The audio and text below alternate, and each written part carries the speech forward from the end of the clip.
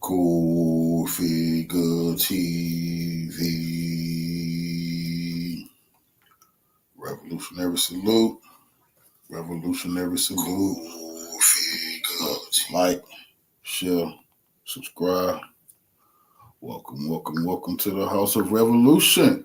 You know, I'm your humble host, the Y'all Mean Revolution, and we're going to be talking about the global chessboard. Before we do, be sure to wipe your feet. That means hit the like button. Like, share, subscribe, support the platform, y'all. Now, you know, we're paying attention to revolutionary battlefields all over the globe. We know what's going on in Ukraine. We know what's going on in the Middle East. China might be preparing to take Taiwan. But we can't forget, salute family, about the rise of the African revolutionary nations who have linked up with President Putin and who are standing firm. More nations have kicked NATO and France up out of their countries, seizing their resources. This is a new day. We got to return back to those stories and check on our revolutionary brothers and see exactly what's taking place, because this is all a part of the World War III battlefield. When the big war starts, these nations will play a major part. How can you impose democracy by killing millions of people? It's a dictatorship, not democracy. You can't impose it.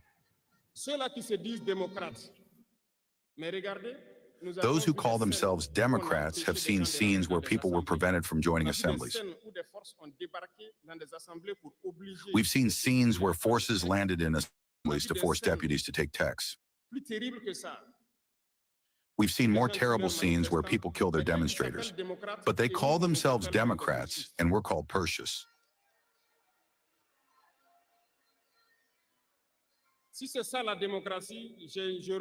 If that's democracy, I repeat, we don't want this democracy.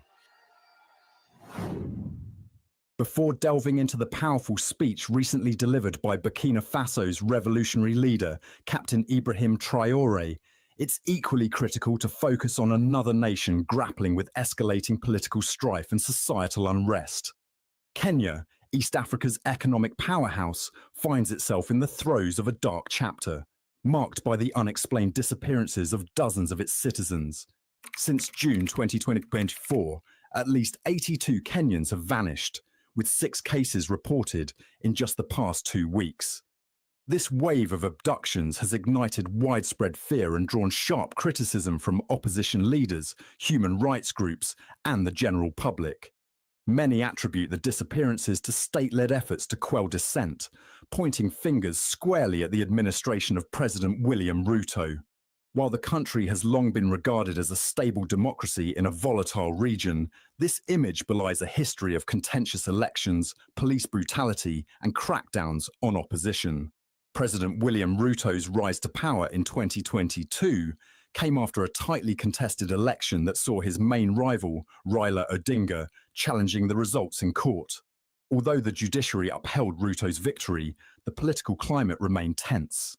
The president's subsequent policies, including controversial tax reforms and a perceived consolidation of power, have fueled widespread discontent. The abductions, which began in mid-2024, are the latest manifestation of Kenya's fraught political climate. Human rights advocates argue that these disappearances are symptomatic of a larger systemic problem, the erosion of democratic freedoms and the weaponization of state security forces to suppress dissent. The protests that erupted in June 2024 were initially sparked by a government proposal to introduce new taxes aimed at reducing Kenya's debt burden. The measures included increases in fuel levies and other essential goods, which disproportionately affected the country's poor and middle-class populations. What began as localized demonstrations quickly morphed into a nationwide movement, drawing participants from diverse ethnic and political backgrounds. Protesters decried not only the tax hikes, but also rising unemployment, corruption, and the government's perceived failure to address pressing social issues. As the protests gained momentum, the government's response became increasingly authoritarian. Security forces were deployed to disperse crowds, often using excessive force. Reports of arbitrary arrests, harassment, and beatings became commonplace. It was against this backdrop that the abductions began to occur. The abductions have followed a disturbingly consistent pattern. Victims are often young men and women who have been active in organising protests or voicing criticism of the government, particularly on social media platforms. Witnesses describe incidents in which individuals are seized by armed men in unmarked vehicles, sometimes in broad daylight. In many cases, the abductors identify themselves as police officers, though the government has denied any involvement. The families of the disappeared are left with few answers as law enforcement agencies refuse to investigate or provide information. Human rights organisations, including Amnesty International and Human Rights Watch, have documented these cases extensively. According to their reports, many of the victims are subjected to torture, held in secret detention facilities, or summarily executed. Kenya's police and intelligence services have long been accused of engaging in extrajudicial practices, including enforced disappearances and summary executions. These allegations date back to the 1980s and 1990s, when the Moi regime used similar tactics to suppress political opposition.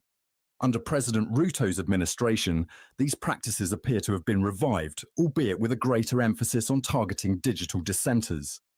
Analysts suggest that the rise of social media as a tool for political mobilization has prompted the government to adopt more covert methods of repression. A recent report by the Kenya National Commission on Human Rights, KNCHR, highlights the role of a shadowy police unit believed to be responsible for the disappearances. The report alleges that this unit operates under the direct supervision of senior government officials who view the abductions as a necessary measure to maintain order. The disappearances have provoked a strong reaction from the Kenyan public. Protesters have taken to the streets in cities across the country, demanding accountability and the release of those who have been abducted. Opposition leaders have called for independent investigations, while civil society organisations have organised vigils and awareness campaigns. The international community has also weighed in, with several countries and organisations expressing concern over the deteriorating human rights situation in Kenya. The United Nations has urged the government to respect its citizens' rights to freedom of expression and peaceful assembly. Despite these efforts, the government has shown little willingness to change course. In public statements, President Ruto has dismissed allegations of state involvement in the abductions as politically motivated and accused the opposition of seeking to destabilize the country. The crisis in Kenya is symptomatic of a larger trend in East Africa, where governments increasingly resort to authoritarian measures to maintain control. Similar patterns of political repression have been observed in Uganda, Tanzania, and Rwanda, raising concerns about the erosion of democratic norms in the region.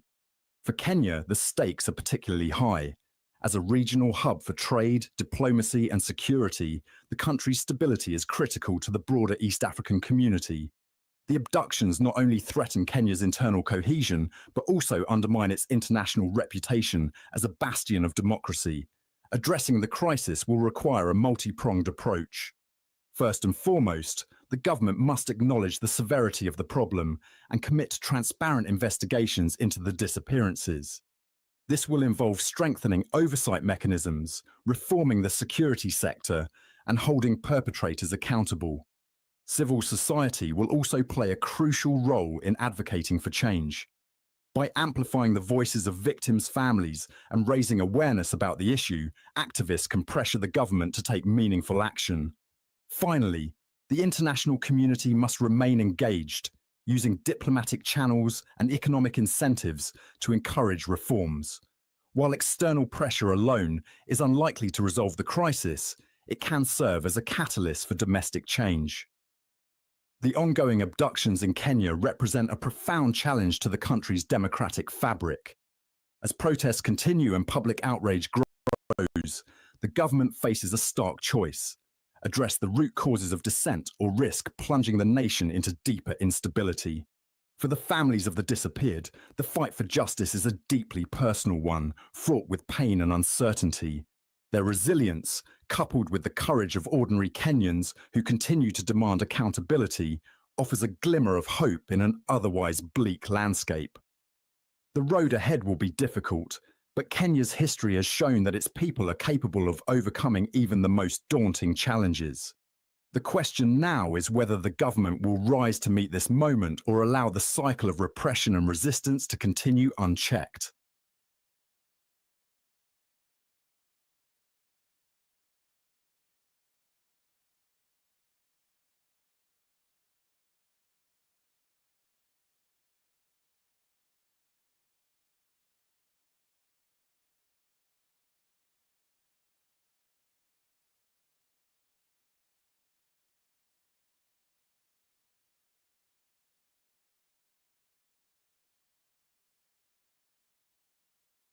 For decades, France's military. So they're talking about economic liberation, right? Taking ownership of their resources and using them to benefit the Ivorian people rather than, lining the pockets of foreign companies. Right, or propping up France. And they also talk about withdrawing their foreign reserves from the Bank of Paris. Which would be huge. Which would be a huge... In 2022, Mali and Burkina Faso terminated their military alliances with France, followed by Niger in 2023 and Chad just recently in December 2024. Now, Senegal and Ivory Coast have also announced the end of their military partnerships with France. This is a hammer blow to French military ambitions in Africa, and it caps off a horrible few years for Paris. Deep down below the surface, a lot is happening, and we will uncover all that in this podcast. Have a listen, and please share your thoughts with us in the comments section. This is Uplifting Africa. Today we're heading into West Africa. It's a place where things are getting pretty interesting. Yeah. Especially lately, and you've sent in some sources about a trend that's really caught our attention. It's French troops being kicked out of former colonies left and right. It seems like it's happening more and more. Yeah, it's a major shift. It really is. For decades, France's military presence in West Africa was like a given. It was a direct line back to their colonial past. Yeah. But now it's like a row of dominoes. You tip one over, and they're all falling. One country after another saying thanks, but no thanks to those troops. It's amazing to me just how fast it's happening. Yeah, we're talking Mali and Burkina Faso in 2022.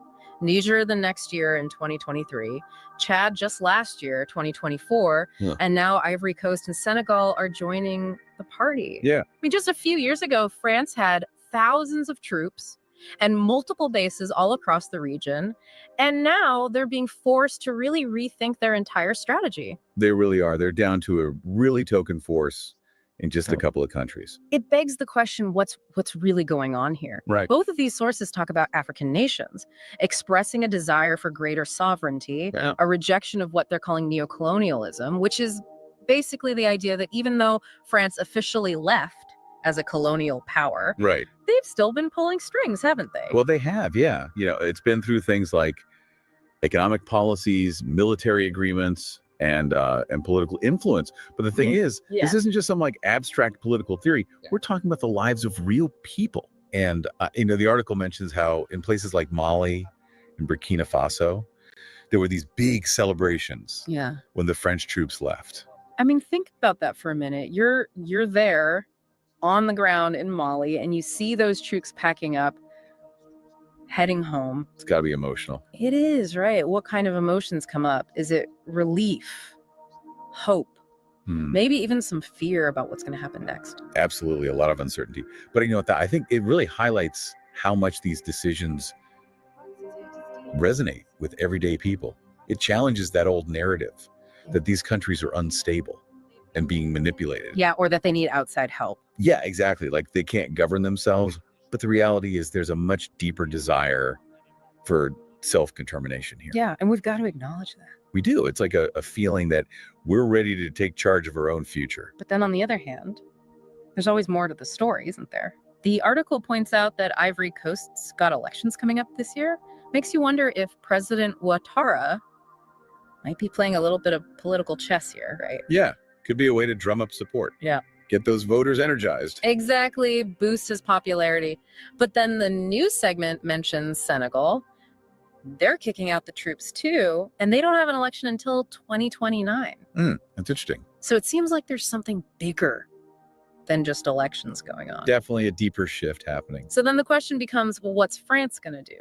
They've gone from this dominant military force to practically being shown the door in just a few years. I mean, they're scrambling to figure out what their next move is. The article talks about Macron talking about this new approach, this new logic for their military presence in Africa. Right, a more collaborative approach. Yeah. Less about, boots on the ground. But it almost seems like his words and what's actually happening on the ground don't really match up. There is a bit of a disconnect there. Yeah, it's almost as if these African nations are calling France's bluff.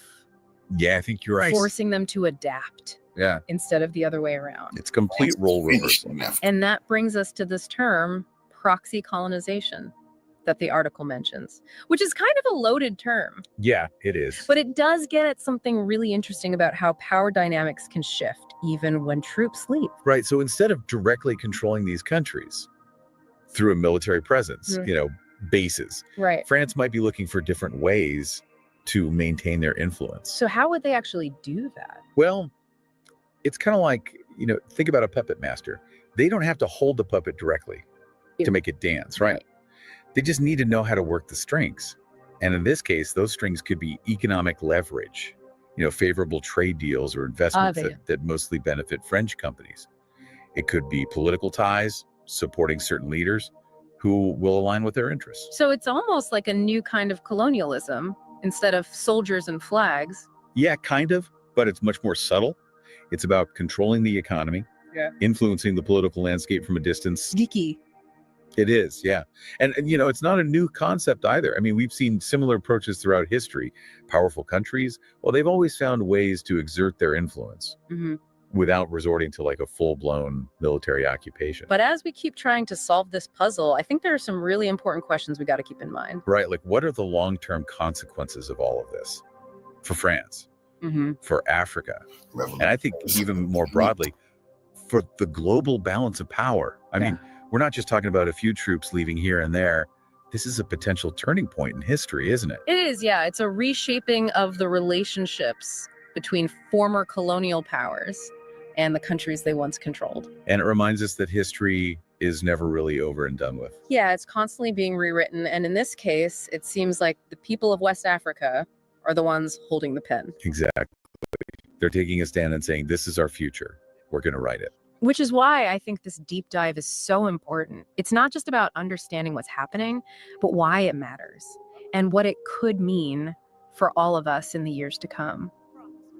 So let's take a quick break here. When we come back, we'll dive even deeper into the case of Ivory Coast and what their path toward true independence might actually look like. Please support our effort to scout the internet and bring forth uplifting updates about the mother continent every now and then by donating a super thanks of any amount. Thank you. So you were saying before the break that Ivory Coast's decision to expel the troops is especially significant. It is, yeah. What makes their case so different from the others? Well, for one, unlike some of these other countries we've talked about, Ivory Coast has had this incredibly close relationship with France for decades, economically, politically, culturally, you name it. I mean, French influence has really been deeply embedded in almost every aspect of Ivorian society, it seems like. Yeah. And the article even calls President Ouattara a product of French influence, which I think really highlights how complex this whole thing really is. Yeah, it does. It's almost like think about like a child trying to, like establish their own identity separate from their parents. Yeah. There's that push and pull between wanting to break free and forge your own path, but also acknowledging that influence that shaped who you are. That's a really great analogy. And it really, I think, gets to the heart of what makes this case so fascinating. Because you have, Ouattara making this bold move to kick out the troops, which seems to signal this real desire for greater sovereignty. But on the other hand, he's also been a key figure in maintaining those close ties with France throughout his entire presidency. So yeah, it's this balancing act. Yeah. Appeasing those who want a clean break from France. Right. And those who see value in maintaining a relationship. And of course, he's got to consider his own ambitions. Right. His political future. It's like, is this genuine or is it political? Is it both? And that's the big question. And the article actually goes a step further and outlines some pretty specific steps that Ivory Coast could take to really achieve independence. Things like gaining control of their key industries. Right, like cocoa, gold. Yeah, we're talking cocoa, gold, oil, all of these resources that have historically been so heavily influenced by foreign interests. So they're talking about economic liberation, Heavily right? stolen. Taking ownership of their resources and using them to benefit the Ivorian people rather than, lining the pockets of foreign companies. Right, or propping up France. And they also talk about withdrawing their foreign reserves from the Bank of Paris. Which would be huge. Which would be a huge... Symbolically. Yeah, it'd be a huge deal. But also, that's a big financial risk. It is. I mean, it's one thing to say, we want to be independent. It's another to actually sever those economic ties. Yeah, and really go it alone. And go it alone. That takes serious guts, I mean. Courage, yeah, and a lot of planning. Yeah, and strategy. But the rewards... Rewards could be huge. Could be enormous. I mean, imagine Ivory Coast. Truly in control of their own destiny, setting their own economic policies, charting their own course on the world stage. It's pretty inspiring when you think about it that way. But it's also, man, it would be a lot of work. Daunting, definitely. The article also mentions, the need for political and legal independence. Yeah, which means reforming their legal system, revising agreements that keep them tied to France. Establishing their own institutions that are free from outside influence. Right. It's like they're building a house from the ground up. And you can't just slap some paint on it and call it a day. No, the foundation has to be solid. The walls got to be strong. Yeah. The roof can't leak when it rains. It's a lot. Yeah. And then on top of all that, there's the whole cultural aspect of decolonization, which the article touches on as well. It's about moving away from, colonial era languages and education systems, reclaiming their own heritage, telling their own stories. Rewriting the narrative. Yes, exactly. Moving beyond that colonial perspective and embracing their own unique identity. Celebrating their own culture, their languages, their history. Powerful stuff. It is. And it makes me think back to those celebrations we were talking about earlier, when the French troops left Mali and Burkina Faso.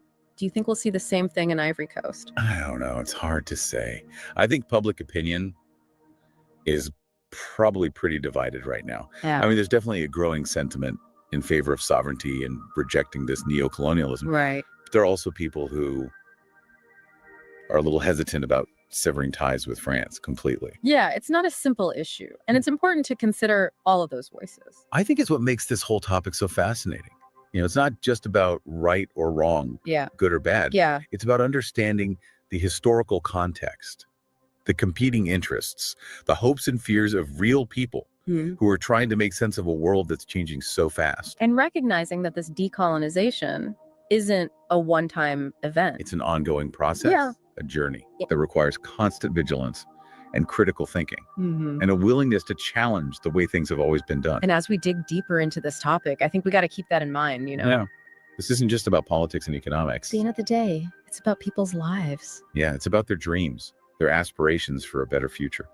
So as we move into this last part of the deep dive, let's bring it back to Ivory Coast and talk about the potential opportunities.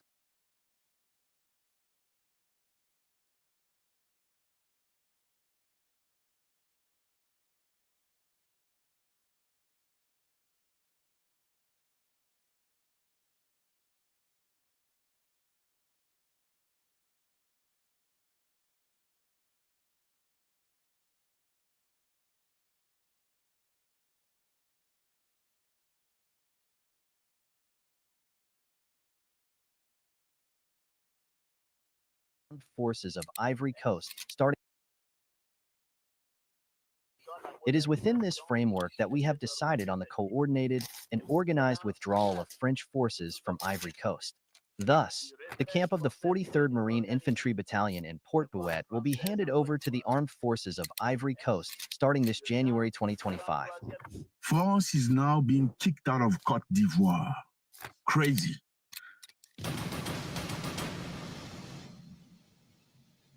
What's up, everybody? Hope you're doing good. It's a beautiful day. Thank you very much for stopping by. This is our very first video in 2025. I feel honored. I hope you had a good time. I hope you had a wonderful time with your family. Just make sure this year is not like the past year. We all wake up after a new year, especially with New Year resolution. This year I'm going to be at the gym every single day. This year I'm going to learn a new language. This year I'm going to travel. Please, guys, do travel. Traveling is very important. It's just, if not more important than going to school. And I'll be honest with you, going to school is great. It gives you a salary. That's all it does. Okay. Now, reading and constructing your brain is another thing. It's completely different from going to school. Going to school is great. It gives you a job. Reading and developing your brain is something completely different, and many people don't do, because most of us think once you've got a degree from school, you've got the brains. No, you don't. You just know what you need to know in your field. Traveling is beautiful. Learning is beautiful. Getting a nicer body is beautiful. Getting a stable family is beautiful. I hope y'all going to apply whatever you say. You know, new year, new me. Don't do that this year, man. Just do whatever you want to do. Stop wasting time of that lady that you promised you're going to marry. If you're not going to marry her, leave her alone. Let somebody else do the job. You know, get the house you say you're going to get. Go get it. Go do it. Let's go. My name is Zach. I know maybe you don't know who I am, but if you watch this video till the end, we're certainly going to love each other. Here we talk about most of the things. We talk about Africa. We talk about different countries. We talk about Congo, Uganda, Rwanda, Burundi, South Africa. We are in Côte d'Ivoire. Yes, Côte d'Ivoire. Côte d'Ivoire has kicked out French troops. Shocking. Major shocker. Why? Because Côte d'Ivoire is a great partner of France in Africa. After Mali, Burkina Faso, and Niger, now Côte d'Ivoire. It's crazy. Last month, Chad also kicked out the French. The decision to withdraw French troops is an exclusively sovereign decision with regard to Chad. And we felt that after several decades of independence and proclamation of the Republic, it was no longer useful to have a foreign military base in our homeland. The president of Chad right now is the son of the previous president. The previous president was a good friend of the French. Now, the French were very surprised to see that the son has kicked them out. They say goodbye. Shocking. So it's a bad year for France. Now, Ivory Coast has announced that French troops will leave the country this month after a decade-long military presence, welcoming the latest African nation downscale military ties with its former colonizer. Now, how did the French get into these countries in Africa, you ask yourself? Well, the reason why French came into these countries, let me just remind you here that in 1885, Europeans came together sitting in Berlin, dividing Africa. You know, we used to be one big continent. Your country never existed. So don't get too proud. My country. What is country? There's no such thing as a country. If you take an aeroplane, you look down, you look for that line, you will not see it. It doesn't exist. White people created it in 1885. Yes, there used to be tribes. There used to be clans and groups and families. There was no such thing as countries. That's why you see your language is spoken in the next country. Those are your people. Whether you don't like them or not, they are your people. Okay, let's continue. French people came in the 1960s, along other Europeans, taking over Africa, separating Africa into small blocks that they called countries. Now, at that time, in 1960, when they left Africa, the French signed the paper with most of these Francophone African countries. The paper said we're going to leave our presence, our military presence in your country, even though we're leaving you for good. We're also going to make sure that we print your money. That is how France kept its influence into African nations. And most of these African nations speak French as an administrative language. And it's very sad because in these French Francophone countries, the better you speak French like a white man, the more you are considered. That's just the reality of it. Anyway, let's continue. The president, Alassane Ouattara, said that the French soldiers have to leave the country this month. It's a shocker. This is a shocker because Ouattara is a very good friend of the French. He's an undeniable ally of the French in Africa. Why would he say to the French to leave? Question mark. Now, there's something very interesting happening because back in time during election, Ouattara was facing Laurent Gbagbo. Laurent Gbagbo was not liked very much by the French because he was an African for African. Ouattara was very balanced. He also was allowing French to come and do business in the country. During election, Laurent Gbagbo allegedly won the elections. And then when the results came out, they said he lost. Now, Gbagbo, a former president of an African country, said, please, let's recount the vote, just to be 100% sure. Let's recount the vote. You know what happened? A French airplane, went bombing the palace of Laurent Gbagbo. Laurent Gbagbo, a former president of a country, said the election is over, and I believe I won. Can we just recount the ballots? A French airplane went to his palace and bombed his palace. Now, how did the French do that? Because they had a military base in Côte d'Ivoire. Okay? Now, African countries are tired of that, and they've asked them to leave. you must leave. Now let's get back on track. Why would Cote d'Ivoire now ask the French to leave if Ouattara was actually put into power by the help of the French? The French helped them get in power by bombing the house of Laurent Gbagbo. Why would he now ask them to leave the country? Cote d'Ivoire is going to hold elections this year. Okay? Now, the sentiment of having French soldiers in the country is not very much liked by the people. A lot of people want a revolutionary president, somebody who's going to say, enough of colonialism. Now, could this be a move by the president to keep the vote going on his side? Because if he says, okay, people, I'm going to kick out the French as well, I think it's about time. Our army is strong enough to look after us. French soldiers who've been stationed here for decades to fight terrorism can now leave and go back to the country. People will go like, yeah, Mr. President, now he's awake, right? And then win the elections, right? That's a possibility. Then later on say, okay, we think things are difficult, we're going to bring back the French. It's a possibility. Now, fellas, it's also happening in Senegal. Senegal has also asked the French to officially leave on the end of the year speech by the president, which also is a shocker. I have instructed the Minister for the Armed Forces to propose a new doctrine for cooperation in defense and security, involving the end of... All of these leaders went to go see Putin before they made their move to make sure he was going to back their play. I told you a long time ago, as long as they stand like men, goddamn right, Putin going to back them kicking NATO out their country. Foreign military presences in Senegal from 2025. The Senegalese government says the French have to leave. Now, we may think that the reason why Cote d'Ivoire asked French people to leave is because of the elections. Okay, they want to win the vote of the people. But in Senegal, there's no election happening. So why are the Senegalese kicking out the French? Good question. What is true, fellas, is it comes a time where there's an end to something. Everything that has a beginning has an end to it, unfortunately. Maybe the end has finally come for France, influence in Africa. France has kept its soldiers in Africa to project its influence. Now that the French soldiers have been kicked out of Mali, Burkina Faso, Niger, Chad, Cote d'Ivoire, and Senegal, they only have 2 bases remaining, in Djibouti and in Gabon, where they have about 1,000 soldiers. And again, French president said in a speech in Djibouti that they're trying to re-strategize, finding a way of cooperating where everybody wins. I mean, why didn't you think about everybody wins all these years along? Only now that everybody's kicking you out that you say you want to find a strategy where everybody wins. It's a good question. And many of these countries that have kicked out the French have now turned their face toward Russia, because they feel like they can have a win-win, respect relationship with Russia. Not a relationship where they need to tell you what to do. They talk to you like a child because they colonize you. How do you feel about this, fellas? Do you think Cote d'Ivoire is being honest by saying France must leave the country? Do you think they've really had the change of heart? Or do you think the president is playing a game? Because truth be told, Cote d'Ivoire, Benin, and some other countries, Nigeria, have been accused by Niger of rostering soldiers from France who are actually training what they call terrorists to go and destabilize them.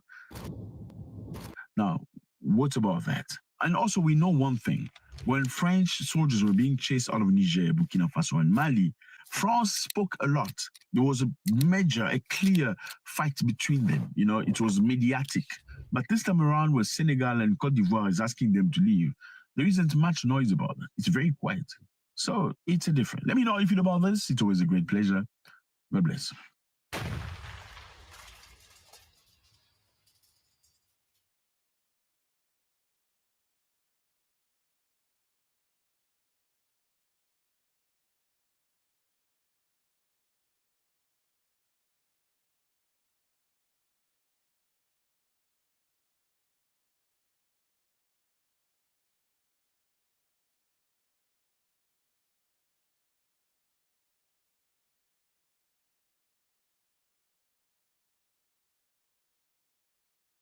What happens when a leader decides enough is enough?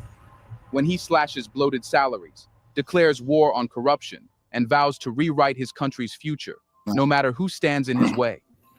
Now, Bryce Oligui. Gabon is one of the last countries in Africa where the colonizer French still have soldiers at. And now, right on time, they leader done had enough. Nguema's speech wasn't just a policy announcement, but a warning shot to the powerful and a beacon of hope for the people. But is he the hero Gabon has been waiting for, or just another name in the endless parade of political promises? Let's find out.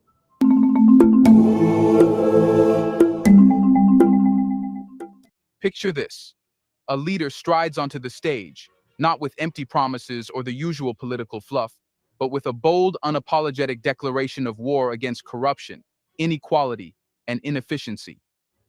Brice Oligui Nguema's speech wasn't just another political address. It was a battle cry. His words weren't laced with hollow rhetoric, but packed with specific, actionable plans that left no room for doubt. Gabon has heard its fair share of grandiose promises from leaders in the past, but something about this moment feels different. Nguema didn't waste time sugarcoating the truth. He called out the systemic rot in Gabon, from the bloated salaries of public officials to the deeply entrenched corruption bleeding the nation dry. His tone wasn't just serious, it was revolutionary. For a country that has long suffered under the weight of inequality, his approach feels like a breath of fresh air. But here's the kicker. He's not just talking, he's doing. So, why does this speech matter so much? What makes it a turning point for Gabon? It's because Nguema is tackling issues that everyone has been too scared or too complicit to address. This is a leader who isn't playing nice, and that's exactly why people are paying attention. Let's dive into the first thing he's decided to fix: those outrageous public sector salaries that had everyone talking. Imagine working for a government office and taking home a paycheck so massive it's practically robbery. Meanwhile, your neighbors can't afford electricity or basic health care. This isn't fiction, it's been Gabon's reality for years. Public sector salaries weren't just high, they were a national disgrace. Nguema wasn't having it. One of the first issues he tackled in his speech was this imbalance. His solution? Slap a cap on public sector salaries, limiting them to 5 million CFA francs. That's a big cut for some officials who had gotten used to living large on the government's dime. But let's be real. Was it ever fair for a handful of people to live so extravagantly while the rest of the country struggled? Naturally, not everyone was thrilled about this decision. Some high-ranking officials protested, claiming the cuts were unfair or would drive talent out of the public sector. Nguema's response? If you're not happy, there's the door. This isn't a leader who minces words or tiptoes around egos. He made it clear that the days of unchecked privilege were over. But if you think this is surprising, you are not ready for what's to come next. It's one thing to demand sacrifices from others. It's another to lead by example. In a move that's left many Gabonese citizens stunned, and some skeptics speechless, General Brice Oligui Nguema, the country's military leader, has given up his presidential salary entirely. Yes, you heard that right. No paycheck, no perks, nothing. You don't need one. Instead, Nguema has opted to receive only his wage as the commander of the Republican Guard, the role he held before becoming interim president after the overthrow of President Ali Bongo in August this year. This isn't just a symbolic gesture. It's a direct response to the social and economic crises facing Gabon. No, that's what every single last revolutionary leader, the new leaders of Africa, that's the first thing they do. No salary. What the hell do the people need to pay you for? You here to clean things up. You're already getting a place to stay. You're already eating free food. You already got vehicles. You don't need Lamborghinis and mansions. That shit is over with. That go to show the measure of a man. No, the people don't have to pay you to lead them righteously. According to a junta spokesperson, Nguema's decision reflects his deep... You see, now they can't be bribed. Now they can't, no more bribing the leader. You see, the leader want money, then America said, the NATO step in and give them tens of millions of dollars. No. You can't bribe me because I don't get no salary. This is for free. Deep awareness of the social emergencies and many expectations of the Gabonese people. And let's be honest, it's a powerful statement. After all, how often do we see leaders willingly renounce their financial benefits, especially in nations plagued by corruption and inequality? Let's take a moment to compare. Under the deposed President Ali Bongo, Gabon's finances weren't just mismanaged. They were, as the junta describes, the victim of a real criminal fury. Allegations of corruption and financial scandals ran rampant during Bongo's 14-year rule, with public funds seemingly treated as a personal piggy bank for the elite. In this context, Nguema's decision to forgo his salary as president isn't just about optics. It's about undoing years of mistrust and abuse. The junta, in its early days of leadership, has repeatedly emphasized the deteriorated state of Gabon's public finances. According to Colonel Ulrich Manfumbi, a spokesperson for the junta, every day reveals more about how dire the situation is. This awareness has driven not just symbolic actions like Nguema's salary renunciation, but also concrete measures to reduce public spending. Nguema's financial sacrifices don't stop at his paycheck. In a sweeping effort to reduce waste, the junta has cut allowances for lawmakers, eliminated political funds, and scrapped session allowances. These aren't minor tweaks. They're major cuts that directly address the bloated and unnecessary expenses that have drained Gabon's resources for years. The message is clear. If the leadership is tightening its belt, so should everyone else. And it's working.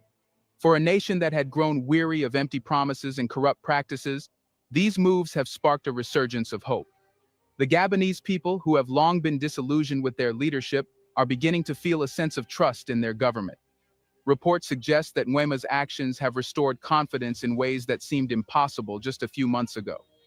It's easy to dismiss gestures like giving up a salary as mere public relations stunts.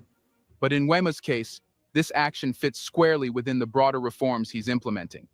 By slashing salaries across the public sector, eliminating political waste, and tackling corruption head-on, he's putting his money, or lack of it, where his mouth is.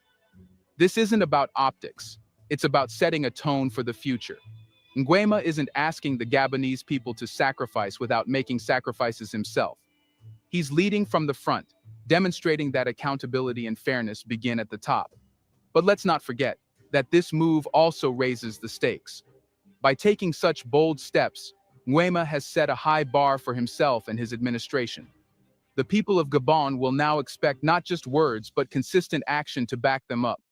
And as the junta continues to navigate the challenges of governance, the pressure to deliver on its promises will only grow. But this decision wasn't just about salaries. It was about sending a message, one that said fairness and accountability are no longer optional in Gabon. The salary cap is just the beginning. To understand the bigger picture, we need to look at how this fits into Nguema's larger vision for the country. Here's a reminder to please like and share the video and subscribe to our channel to watch more videos on Black culture, history, civilization, and identity. Let's continue now. You've heard of grand plans, but Gabon's Transformation Plan 2025 isn't just a fancy name, it's a lifeline. Nguema's reforms, from cutting salaries to tackling corruption, are all pieces of a much larger puzzle. This isn't about making small tweaks. It's about completely rethinking how Gabon operates. The plan focuses on three core areas: energy, public services, and finance. Each of these sectors has been dragging Gabon down for decades. Take energy, for example. Power outages and high costs have kept the country from reaching its potential. Or public services, which have been plagued by inefficiency and underfunding. And let's not even get started on the country's finances, which have been hemorrhaging money thanks to corruption and mismanagement. Nguema's approach is bold because it addresses the root causes, not just the symptoms. Cutting salaries isn't just about saving money. It's about redistributing resources to areas that need them most. He's essentially saying, we're going to stop feeding the beast of inequality and start building a system that works for everyone. But here's the thing. No plan, no matter how well thought out, can succeed without addressing one critical component: energy. It's the backbone of any nation's development, and Gabon is no exception. You can't build a country on shaky electricity. Energy is the foundation of everything: economic growth, education, healthcare, and even your ability to scroll through social media. Yet in Gabon, power outages and sky-high energy costs have been the norm. It's like trying to run a marathon while dragging a ball and chain. Nguema knows this has to change. His plan? Start by cutting out the middlemen. For years, unnecessary subcontractors have been inflating costs and slowing down progress. These aren't just inefficiencies. They're leeches sucking the life out of Gabon's potential. Nguema's decision to streamline operations and focus on direct management is already making waves. But this isn't just about fixing wires and lowering bills. Energy reform is about empowerment. It's about making sure businesses can operate without constant interruptions, students can study without worrying about blackouts, and hospitals can run without fearing power cuts. It's about giving Gabonese citizens the tools they need to thrive. Of course, tackling energy also means tackling corruption, which has been deeply embedded in this sector. Fixing the system isn't just a technical challenge. It's a fight against powerful forces that have profited from Gabon's struggles. And that fight is one Nguema seems ready to take on. If energy is the foundation of development, corruption is the wrecking ball that keeps tearing it down. Gabon's corruption problem isn't new, but Nguema's approach to solving it is. He's not interested in long speeches or empty promises. His crackdown on corruption is swift, decisive, and frankly, brutal. Take the case of public officials creating parallel companies to compete with government services. These aren't small-time scams. They're elaborate schemes that siphon billions away from the public. Nguema has made it clear, this stops now. Under his leadership, anyone caught engaging in these practices faces immediate dismissal, and in many cases, legal action. But here's where it gets interesting. Nguema isn't just rooting out corruption to clean up the system. He's doing it to rebuild trust. For too long, Gabonese citizens have felt abandoned by their leaders. By holding people accountable and showing that no one is above the law, Nguema is sending a powerful message. The government is finally working for the people. This isn't just about punishment, it's about hope. And hope, as we all know, is a powerful thing. But hope alone won't fix Gabon's finances, which brings us to the next challenge. Can Gabon fix its finances? Turning a deficit into a surplus isn't just ambitious, it's audacious. Gabon is currently staring at a 30 billion CFA deficit, and Nguema has promised to flip that into a 10 billion surplus by 2025. If that sounds impossible, it's because it almost is. But Nguema isn't playing by the old rules. His strategy is simple but effective. Cut unnecessary spending, increase efficiency, and invest in areas that create long-term value. For example, the money saved from salary caps and energy reform isn't just sitting in a bank. It's being redirected to build schools, improve healthcare, and upgrade infrastructure. Nguema's financial reforms are more than just numbers on a page. They're a declaration of independence. By fixing its finances, Gabon can reduce its reliance on foreign aid and loans, which often come with strings attached. This isn't just about balancing the books, it's about reclaiming sovereignty. At the heart of every policy, every reform, and every bold speech lies one ultimate question. How does this impact the lives of ordinary people? For the average Gabonese family, Nguema's reforms are more than just political decisions. They're a lifeline. These changes aren't just reshaping government structures or balancing budgets. They're offering hope to families who have been left behind for decades. Let's start with the basics: lower energy costs. For years, high energy prices have been a silent burden on households across Gabon. Families have had to make impossible choices: pay the electricity bill or buy groceries, keep the lights on or save for school fees. Energy reform under Nguema isn't just about reducing bills, it's about giving people their dignity back. Imagine a family finally able to keep their home powered without sacrificing their daily essentials. For many, this isn't a small win. It's life-changing. But energy reform is just one piece of the puzzle. Better public services mean more than convenience. They mean survival. Take healthcare, for example. Under previous administrations, corruption and inefficiency meant that vital resources often didn't reach the people who needed them most. Hospitals lacked basic equipment, and rural areas were often left with little to no access to care. Nguema's push for accountability and proper allocation of resources is slowly beginning to change that. Families can now hope for functioning clinics, stocked pharmacies, and doctors who show up to work. Then there's education. Gabonese parents want what every parent wants: a better future for their children. Yet, under past governments, the education system crumbled under neglect. Schools lacked teachers, classrooms were overcrowded, and students were left with outdated materials. By cutting wasteful spending and redirecting funds to essential services, Nguema is ensuring that children have the tools they need to succeed. A well-educated generation isn't just good for families, it's the foundation of Gabon's long-term success. For years, ordinary citizens have borne the brunt of Gabon's inefficiencies. They've watched as their leaders lived in luxury, flaunting their wealth while the majority of the population struggled to make ends meet. This glaring inequality created a deep sense of distrust and frustration. Nguema's vision flips the script entirely.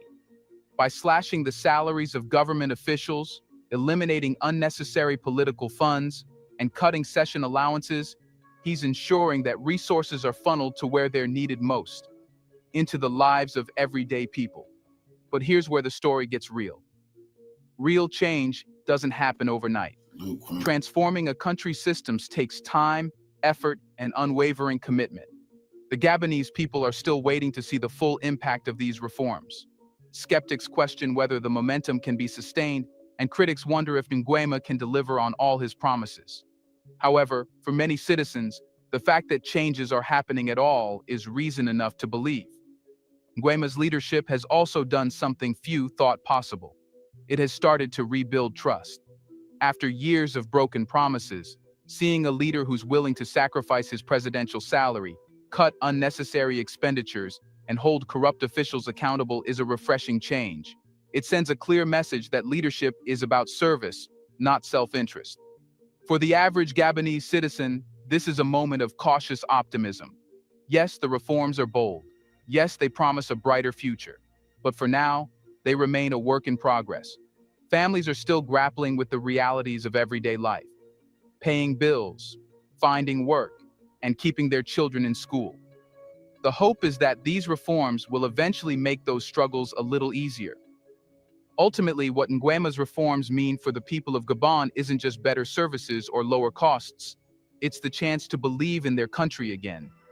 It's the idea that governance can be fair, that resources can be shared equitably, and that the dreams of ordinary citizens matter as much as the ambitions of the powerful. And that brings us back to the man at the center of it all, Brice Oligui Nguema, the man who has dared to challenge the status quo and, in doing so, has given the Gabonese people something they haven't had in years: hope. So, is Brice Oligui Nguema going to change Gabon? Brice Oligui Nguema isn't your typical politician. He's not a politician at all, and that might be the secret to his appeal. As a military man, his approach to leadership is rooted in discipline, strategy, and a results-oriented mindset. There's no room for excuses or half measures in his playbook. He doesn't sugarcoat problems to win public favor or shy away from making tough, sometimes unpopular decisions. Instead, he confronts issues head-on with clarity and determination that have become increasingly rare in global politics. What sets Nguema apart isn't just his vision, it's his action. Leaders often talk about change, but far fewer deliver on their promises. Nguema, on the other hand, has wasted no time making bold moves. From slashing bloated government salaries to tackling entrenched corruption and even giving up his presidential salary, he's shown a willingness to lead by example. His decisions are more than symbolic gestures. They're calculated strategies aimed at resetting Gabon's trajectory. His leadership style could be described as a mix of pragmatism and decisiveness, traits often seen in successful reformers. He's not interested in pandering to elites or maintaining the status quo. Instead, he's tearing down systems of privilege that have held Gabon back for decades. But here's the thing about transformation. It's never smooth, and it's never easy. While Nguema's early actions have sparked hope, they've also raised questions. Can he maintain this momentum over the long haul? After all, dismantling entrenched systems of corruption and inefficiency is no small task. Some powerful forces benefit from how things are, and they won't go down without a fight. Yet, if his track record so far is any indication, Nguema seems up to the challenge. His reforms have already begun to shift the narrative in Gabon. For decades, the country was defined by inequality, corruption, and stagnation. Now, under Nguema's leadership, there's a sense of movement, of possibility. Whether it's slashing salaries, restoring public confidence, or redirecting resources to essential services, he's laying the groundwork for a new Gabon.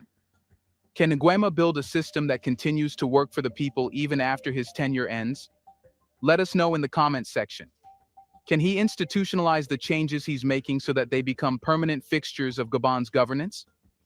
Do you want to watch more videos like this one? If so, subscribe to our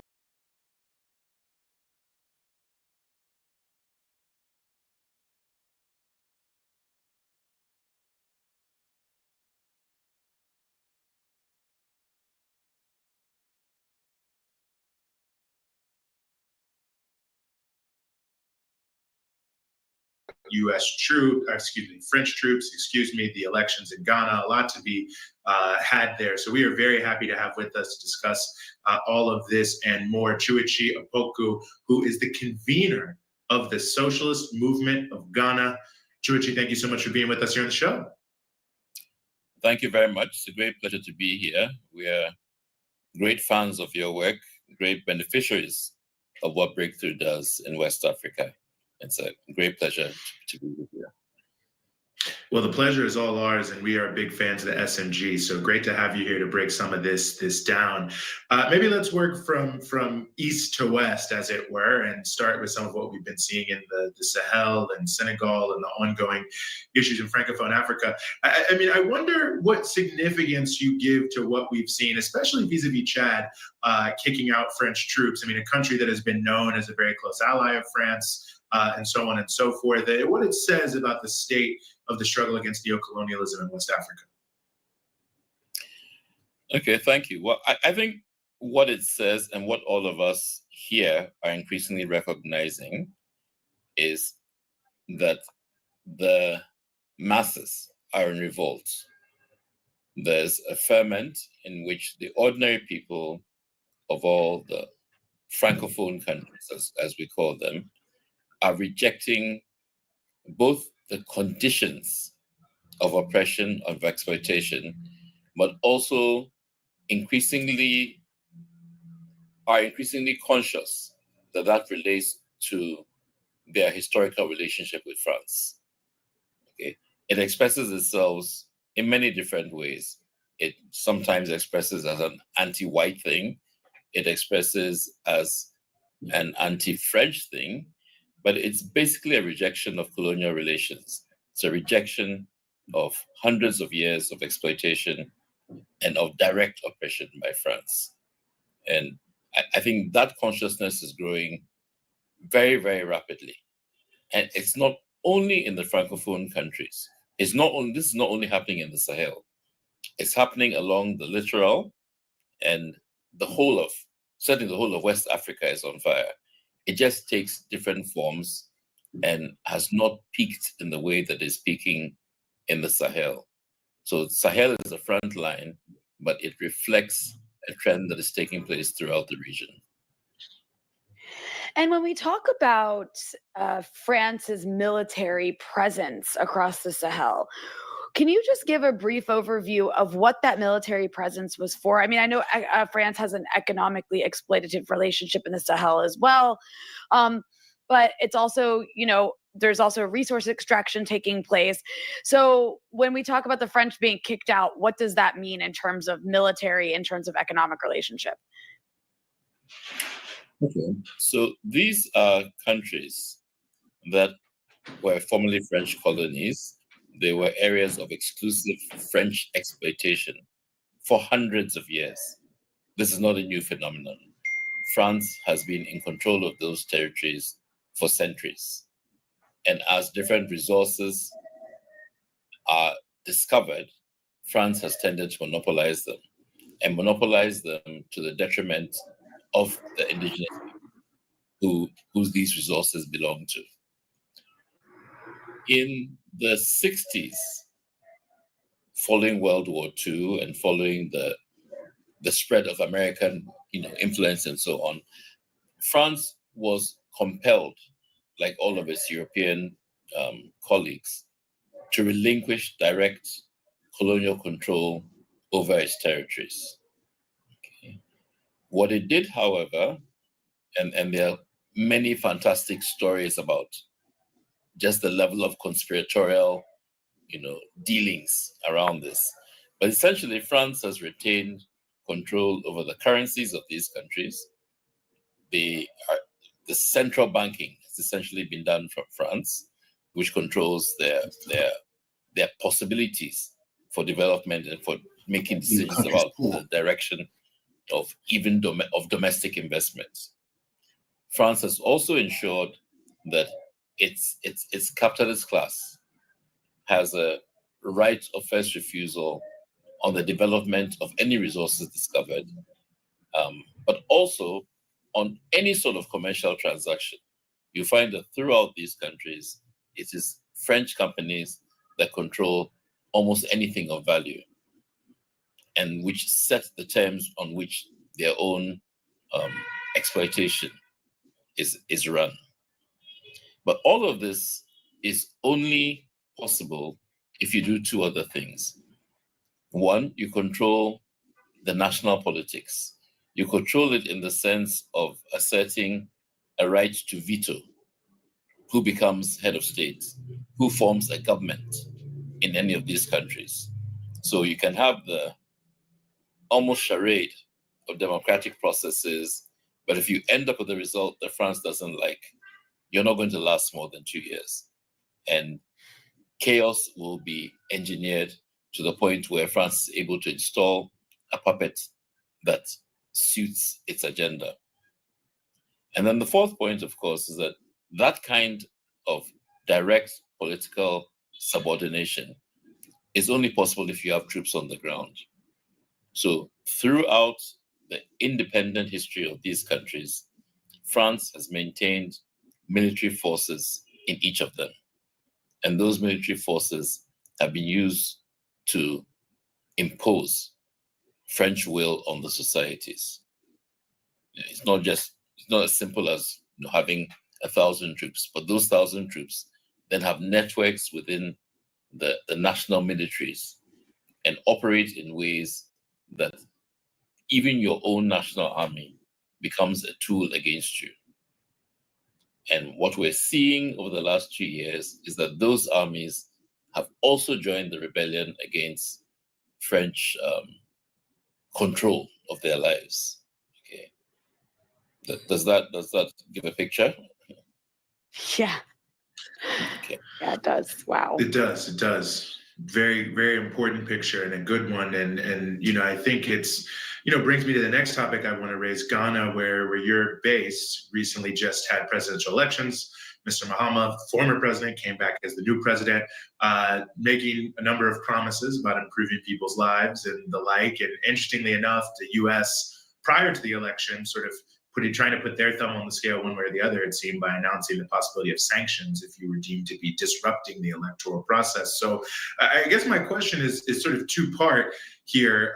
First is maybe what we should be expecting from the new administration in Ghana, if it is a big shift for the working classes, the popular classes there or not. And I'm also curious your thoughts about why the U.S. would have made such a big statement from Anthony Blinken in the lead up to the election, what the stakes are for countries in the West, imperialist countries, in the outcome of the elections in Ghana. Well, I think it is fair to say that this election outcome does reflect the short-term will of the people. There's no question about it that John Mahama was a more popular candidate, that his party is much more acceptable to the working people of Ghana. Okay. But at a more fundamental level, it's again the same process. It is the people of the country rejecting neocolonialism, is rejecting the extreme and grotesque forms in which neocolonialism expressed itself in Ghana over the last 8 years. Because we've had in power the political party that was traditionally the far right.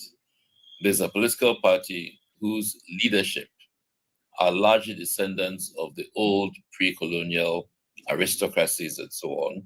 They are the people whose, because of that social positioning, accessed things like education, things like commercial opportunities earliest. So they have always been a social elite. But they're a social elite that was radically displaced in the 40s and 50s when Nkrumah entered the liberation struggle and formed a party which displaced the elite program of taking over colonial positions and continuing to run colonial relations, but with themselves rather than the British on top. So Nkrumah destroyed that, and in the process, disorganized their grip on power for generations. And it was in order to get back into power that they literally introduced the staging of coup d'etats into Ghana's politics. Okay. Due to mistakes that the Social Democrats and the left made in the 80s, it was possible for the incumbent regime to begin to reinvent itself, reposition itself as a more centrist organization, okay, which allowed them then to begin to attract a genuine vote, making them truly, a democratic rival to the NDC, which is the latest expression of, disorganized but definitely popular will. And what we've seen now is 8 years in which the public is very clear what they represent. Because while over the last 2 decades, perhaps, they have begun to represent themselves as centrists, as being interested in social reform, social programs. When they got hold of power in the way they have for the last 8 years, they showed their true colors. The level of just sheer exploitation of the masses increased. The level of sheer corruption by public officials, the level of just arrogance on the part of the ruling elite skyrocketed. So literally all the credible polls over the last year have predicted that they would not likely to get more than 40% of the vote. So you're seeing reflected in a slightly more liberal democratic environment the same process that you're seeing in the Sahel. But because we don't have the same sort of pressure cooker situation, it's taking the form of electoral battles and so on. Where does that leave us? President Mahama is inheriting a huge mess. Ghana is indebted to the hilt. Ghana's institutions are corrupted, utterly corrupted, not just in terms of people taking bribes and so on, but just in terms of their inability to operate and deliver the services for which they were created. Our institutions have all collapsed. So he's going to have the task, or we are all going to have the task of trying to rebuild our institutions, revive an economy, begin to deliver greater social justice, because if you can't do that, it's all going to collapse very, very quickly. He's going to have the task of doing that, and it's not going to be an easy task. The indications are that there will be no honeymoon. People have expectations. It's in the nature of bourgeois electoral campaigns, at least in this part of the world, that all sorts of promises have been made. Many of those promises cannot be kept. Whether the masses will tolerate, I think people do understand that some of these promises can be kept and that it will be a process. Just how much space he'll be given to maneuver is difficult to say. So we have a difficult period ahead, but it's also a period of progressive political opportunity, because the only real solution to Ghana's problems is going to be a mobilization of our people, of our resources, of the spirit of self-reliance. And necessarily, in doing that, the ideological work that gives that shape will come to the fore again. It will be a struggle, no question about that. Don't want to create the illusion that Ghana or West Africa is in a revolutionary mode. That's not where we are. But the struggle is certainly heating up. As to what the US agenda is, my personal speculation is that in the context of the turmoil in the Sahel in particular, but as I've said, more largely through West Africa, it's important to stabilize Ghana. The US has a status of forces agreement with Ghana, and it does operate from here. The US has some operations in the Sahel that are run from Ghana. They control entirely one terminal of our airport and so on. So I think ensuring that there was a smooth transition became important for their own short and medium-term goals. Historically, they have preferred the right-wing party, the MPP that just lost so badly, because it's easier to get things through them.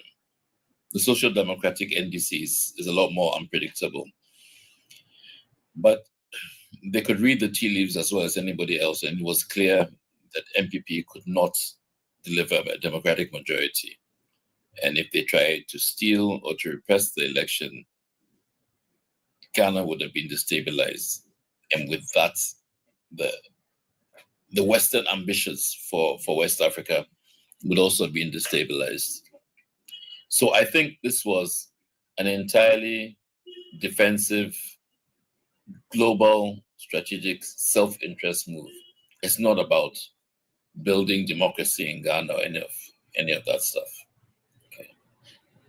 And in fact, we know that the US is pressing Ghana, La Côte d'Ivoire, and Benin about the possibility of moving at least drone forces, bases to the northern parts of our country, which would be focused on the developments in the Sahel.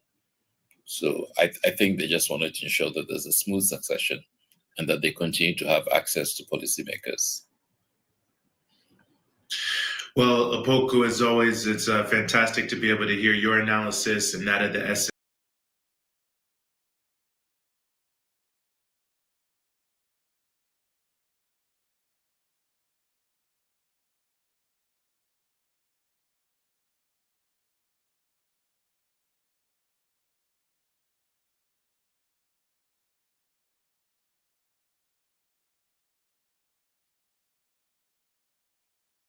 Well, now we want to move into the Sahel region of Africa, particularly Niger, which is one of the three members of the Alliance of Sahel States, along with Mali and Burkina Faso, that have been drawing the attention of the world after they've kicked out French soldiers in all three, and in the context of Niger, also kicked out the American base and troops, which is, very rare in this day and age. And there's a lot of people wondering what's been going on with these popular uprisings, the military governments that have come from them, the kicking out of the various troops. So we are very honored to talk more about Niger by Alex Onfruns-Meillan, who's a journalist, a political analyst, and the author of the new book, Niger, Just Another Coup or a Pan-African Revolution, which I have to say is a great text. I really enjoyed it. Easy to read, from 1804 Books, 1804books.com. Alex, thanks so much for being with us. Thank you, Eugene. It's a pleasure. The pleasure is all ours, and a lot we could get into here. And so this may be the first of a couple conversations, but let's start here. One of the things I think is important is, with the Niger and the Sahel more broadly, giving people some context about what they're seeing here with the mass protests, the popular uprisings, the new governments, like what's really driving them. And I wonder if you could give us some context about that in terms of poverty and other issues that really led people to rise up in such a profound way. Well, extreme poverty has characterized the Sahel for the last decades. Especially about every 2 decades, there has been a famine crisis in Niger. However, there is a blatant contradiction between the situation where the extreme poverty has prevailed and the exploitation of the fabulous resources that under the soil, and like uranium in the case of Niger. The exploitation of the uranium started in 1971 by a unique French company, Areva, which was a monopoly. This company had got extremely wealthy, while Niger had become one of the less developed countries in the world, according to the United Nations Programme for Human Development. So we should take both elements into consideration. We cannot take them separately. Just before the coup d'etat happened at the end of July 2023, the extreme poverty had reached 42% of the Nigerian population. And that was under Bazoum's presidency, who was considered as a democratic government. And I wonder what kind of regime left behind half of the population and still pretend to be a democracy. there was a complicity and there was a culpability amongst many of those actors. You know, the extreme poverty manifests in the lack of job opportunities, lack of education, access to electricity, healthcare, and so on. But besides all of these problems that the population was already facing, we should add the rise of terrorism. When young people cannot make a living and have a future with dignity, some of them become a prey of the armed groups that eventually use the religion as a pretext. So that was the case in Niger, but also in Burkina Faso and Mali. And definitely the poverty, but also corruption-based system has fueled the problems. And the consequence of that, the military took the power in order to reverse the situation. You know, I'm really glad that you raised that issue, because so much of the conversation in the West, when Niger and Mali and Burkina Faso were kicking out the French troops, in the case of Niger, kicking out the US troops, the drone base and everything, the focus was on terrorism and how these countries were, you know, now going to basically collapse under terrorism because these Western armies have been playing such an important role. And I wonder how you think about that. I know there's been a lot of you know, sort of criticism of the role of these foreign forces in the Sahel. I mean, were they really there to fight terrorism, or is it more of what I heard, certainly when I was recently in Niger, that the real purpose of these forces was to control the countries? I think this is a speech that must be heard. Actually, on this point, the Malian government made a formal accusation against France that was addressed to the United Nations Security Council.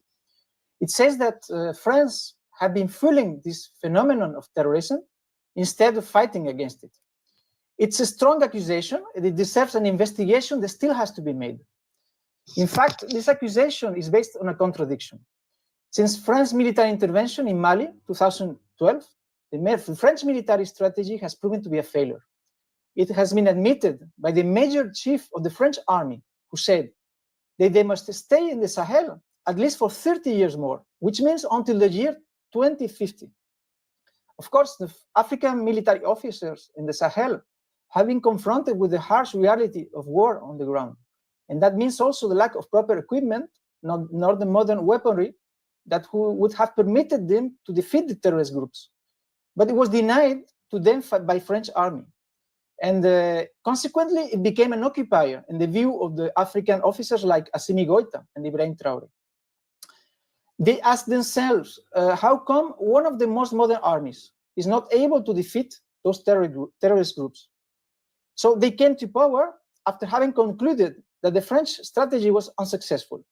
And not only that, they have also concluded that instead of helping them to defeat the terrorists, the Western armies have been supporting both sides. In order to justify the presence of Western companies in the Sahel, especially when the Chinese started to have a bigger influence since the beginning of the 2000s. Of course, the reason is that there are fabulous economic interests in the Sahel.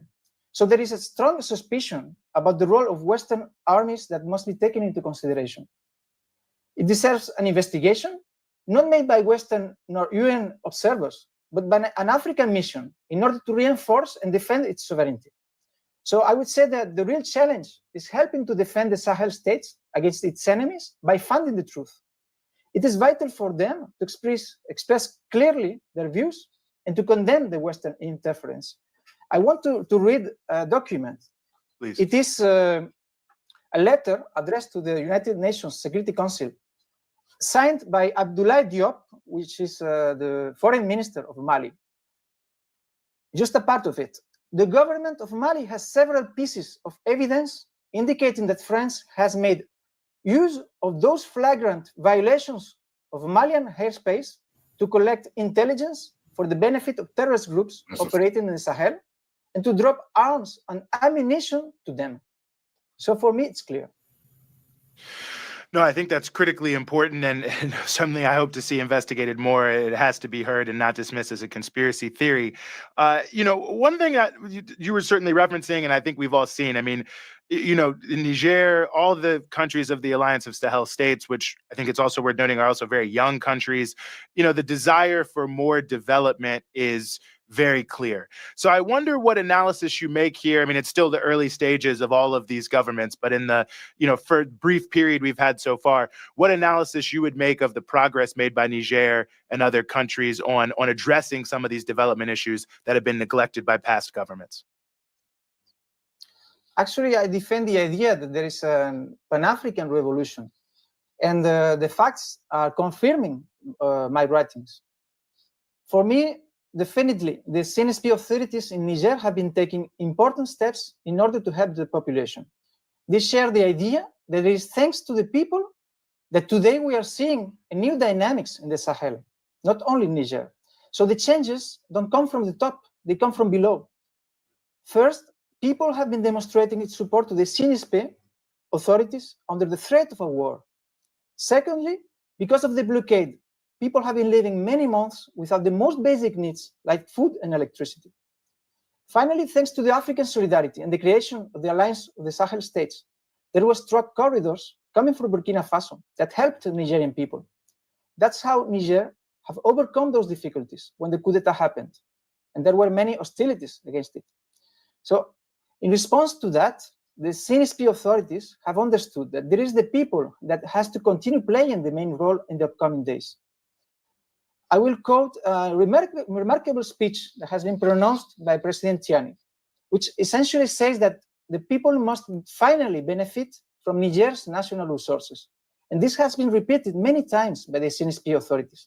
Since the coup, it's becoming usual to see different measures taken by the CNSP in order to help Nigerian people, especially the medical measures.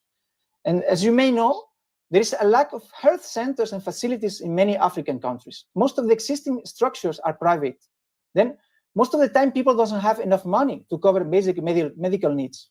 Now, the CNSP have reduced to half the price many health services. And for the first time, thousands of people can get access to healthcare.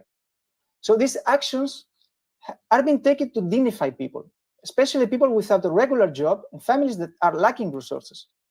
Now, the CNSP are not only helping people on a material level, but also on an intellectual one. They are currently raising awareness on the real causes that lies behind the problems of underdevelopment. CNSP is now helping historians to rewrite African history, because until now, only old French colonial power was able to put its version of history into people's mind. So in many aspects, there is a complete reversal of the situation in the Sahel. And to me, popular education is key in the current phase of the revolution.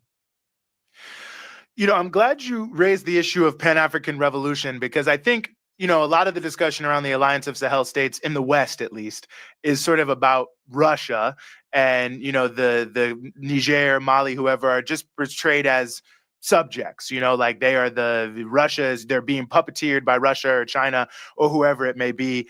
But I wonder if in this context of multipolarity that everyone's talking about, we should start to see the Alliance of Sahel States as a pole in and of itself, as an African pole that's emerging and offering its own contributions to the overall sort of world situation. In my view, the Sahel Pan-African revolution is defined the capitalist system.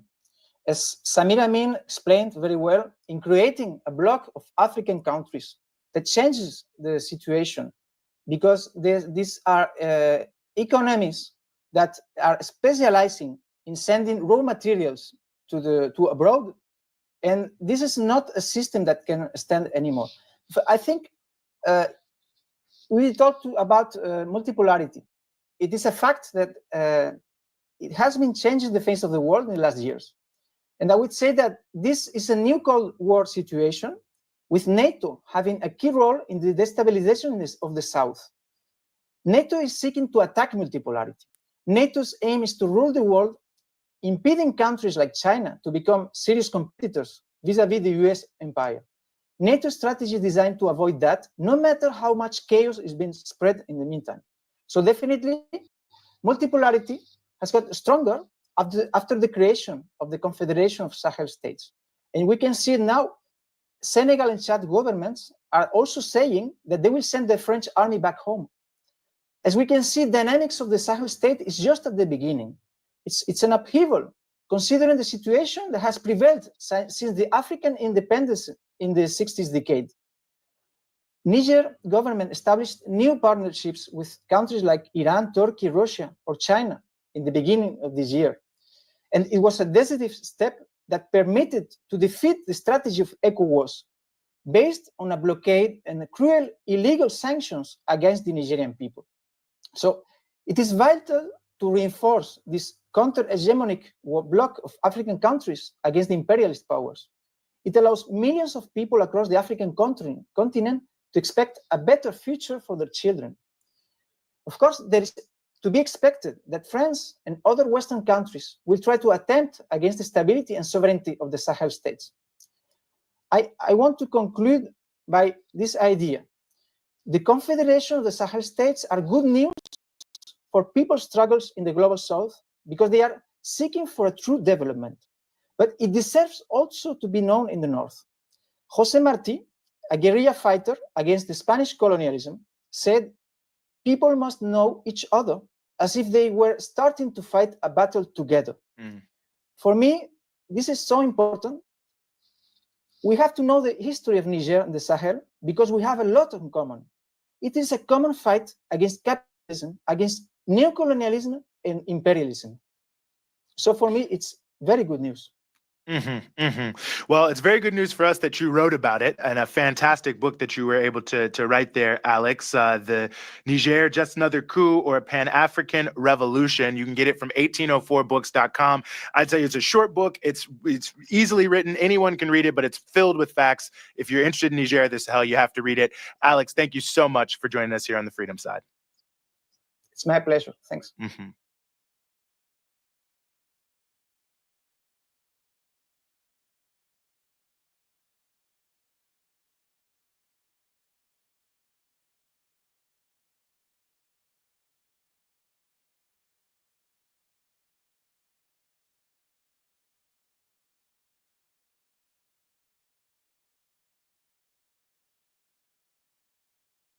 Friends, where truth matters.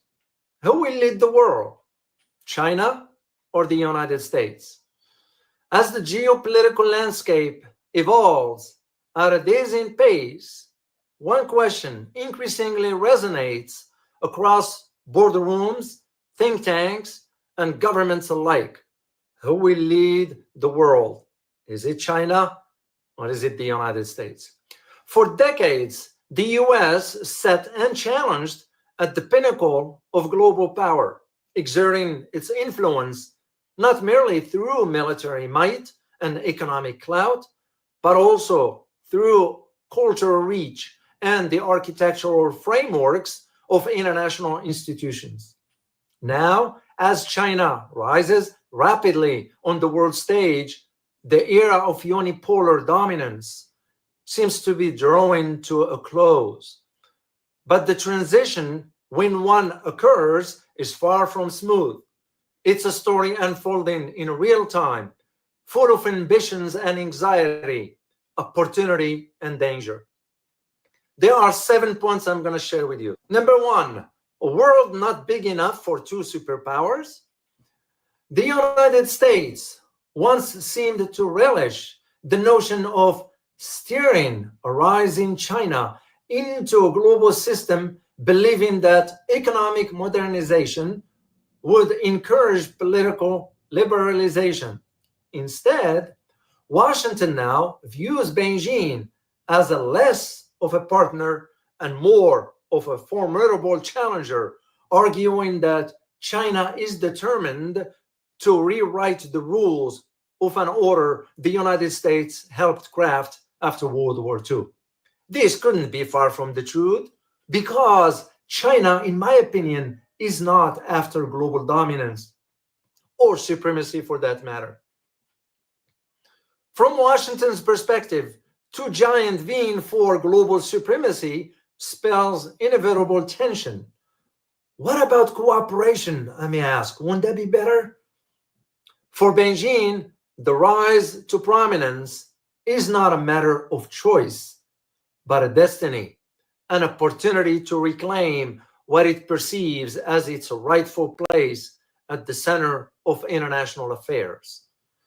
China's leaders often frame their ascent as a restoration of historical grandeur, when the Middle Kingdom stood at the apex of cultural and economic influence. To China, US efforts to contain its growth militarily in the Indo-Pacific, economically through trade restrictions, and ideologically by championing a liberal democratic model are not just competitive moves, but rather hostile attempts to stifle China's resurgence.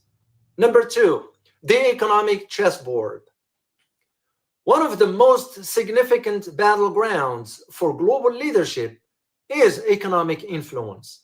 China's meteoric economic expansion is well documented, but its true significance emerges when viewed against the US in key measures of power. According to Ray Dalio's Great Powers Index 2024, a comparative framework of 8 critical dimensions, from technology and trade to innovation and military strength.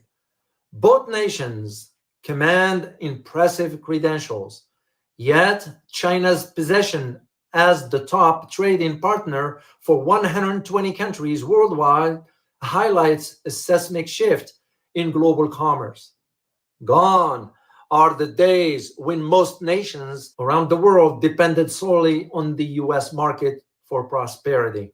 Instead, they now look east for growth, cheap manufacturing, and rising consumer demand. Consider, for example, the Asia-Pacific region, once comfortably within America's sphere of influence.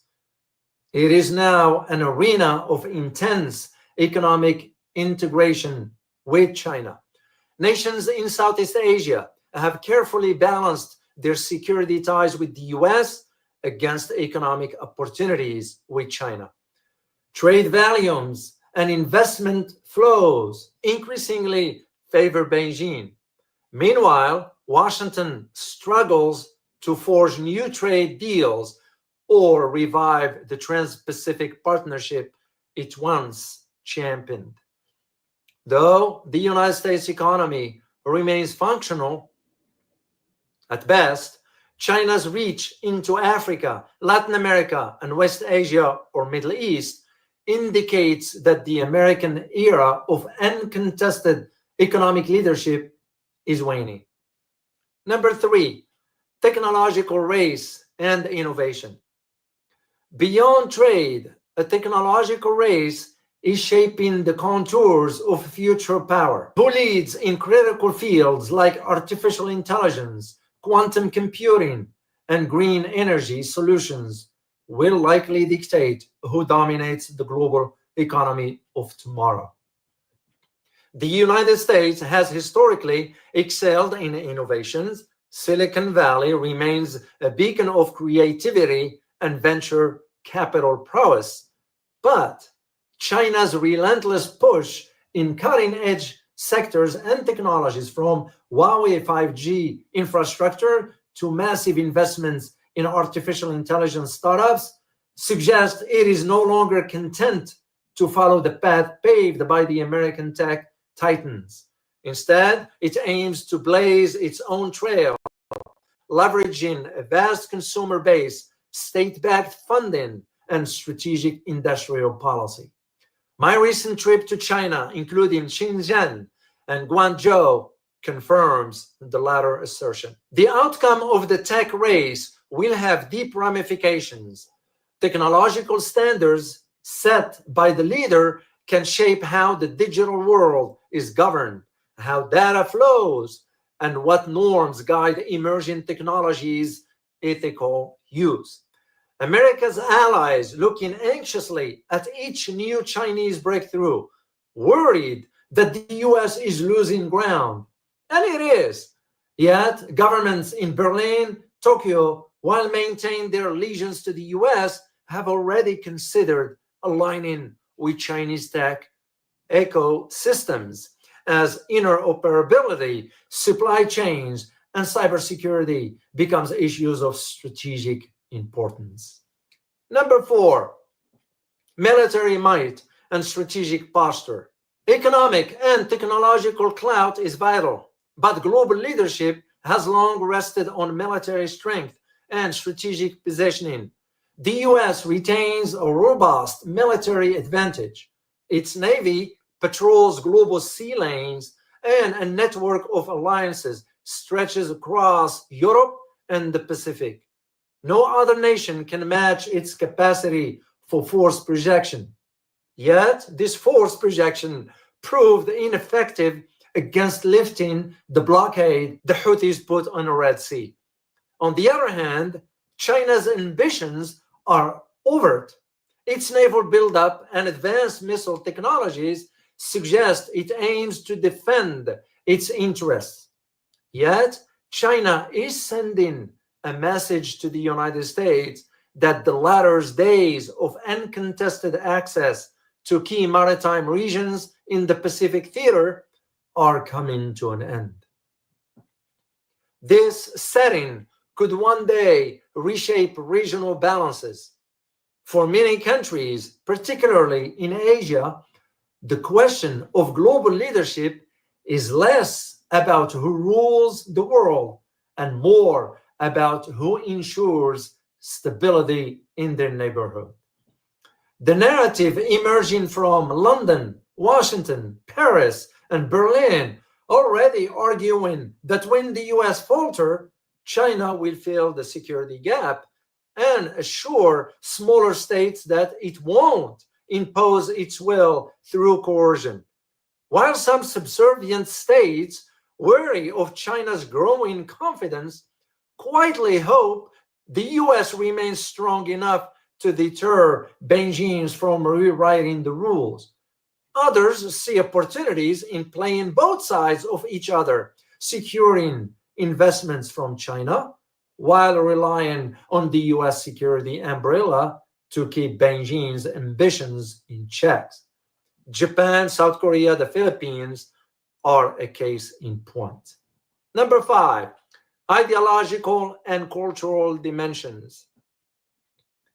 Leadership isn't just about commerce or military heft, it's also ideological. The US projects liberal democracy, human rights, and individual freedoms as a cornerstone of its global vision. More of a bravado, if you know what I mean. China, by contrast, champions a model of a strong state-led development, prioritizing collective stability. In a multipolar era, countries have more choices, and Beijing's message resonates with many countries who admire China's economic accomplishments without Western lectures on governance. Number 6, a world in flux, alliances and alignments. The contest between Washington and Beijing unfolds in a world less willing to pick sides. Traditional and subservient US allies in Europe and Asia find themselves pulled into two directions. Europe resents some aspects of American dominance, yet fears speaking out. Africa and Latin America, long accustomed to Western-led systems of exploitation, embrace China's investments in infrastructure and technology. If the US seeks to preserve its primacy, which is too late for that, it must fix its house first. Broken tax system, economic inequality, unemployment, poverty, crumbling infrastructure, and yes, dysfunctional Congress, among others. If China aims to become preeminent leader, it must convince the world that its rise will lift all boats, not just its own. When considering how the 21st century belongs to China, many are asking serious questions. Has America reached the end of its journey? Is the present democracy gasping its last breath? Consider what the United States has become. A nation divided, a dysfunctional government with a corrupted Congress, fragmented intelligence community, And yes, a tainted law enforcement system. As once argued in one of my writings, the spirit of the American dream is ceasing to exist. My purpose is not to merely paint a dark image about America, but rather to present facts as I see them and as they are. Number 7, the road ahead, uncertainty and opportunity. No single statistic can settle who will lead. The Ray Dalio framework, comparing both nations across 8 key measures of power, paints a complex picture. The US still leads in many areas, but China surges forward in others. The world's future likely rests not on absolute hegemony, but one side or the other, but on how the rivalry shapes institutions, norms, and relationships that define global governance. If both countries fail to find a modus vivendi, the world risks fracturing along geopolitical lines. Trade might devolve into regional blocks. Technological ecosystems could become mutually incompatible, and a new Cold War could chill progress on existential issues. Alternatively, competition might spur both giants to innovate, improve governance, and yes, engage constructively. History suggests that leadership contests can be dangerous, but also that great challenges can produce an unanticipated cooperation. Here is my conclusion for you. More questions than answers. Who will lead the world, China or the United States? The answer for now remains uncertain. The US retains some strength and deep global ties, yet its dominance is no longer absolute. China, for its part, has ascended from impoverishment to economic powerhouse in just a few decades, now challenging American influence economically and technologically. Perhaps the more pressing question is not who leads, but rather how they choose to wield their influence. Will leadership be defined by confrontation and zero-sum calculations, or by recognition that no single country can tackle the grand challenges of our age alone? The narrative of American decline or Chinese triumph is far from settled.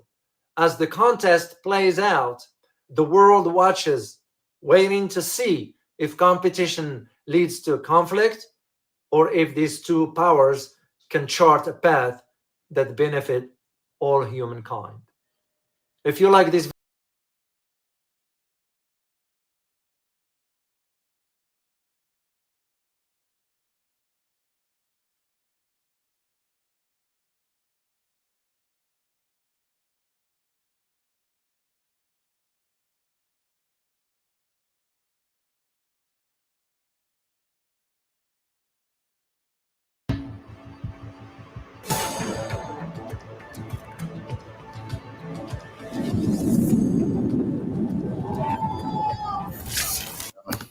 Hypersonic is a technology only few have mastered in the past decade.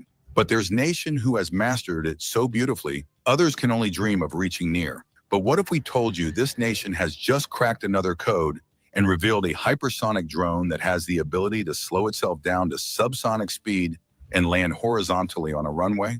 This is not just a scene from a sci-fi movie, but an actual upgrade in China's arsenal. Today's episode will uncover China's recent reveal of its one-of-a-kind hypersonic drone with a horizontal landing capability.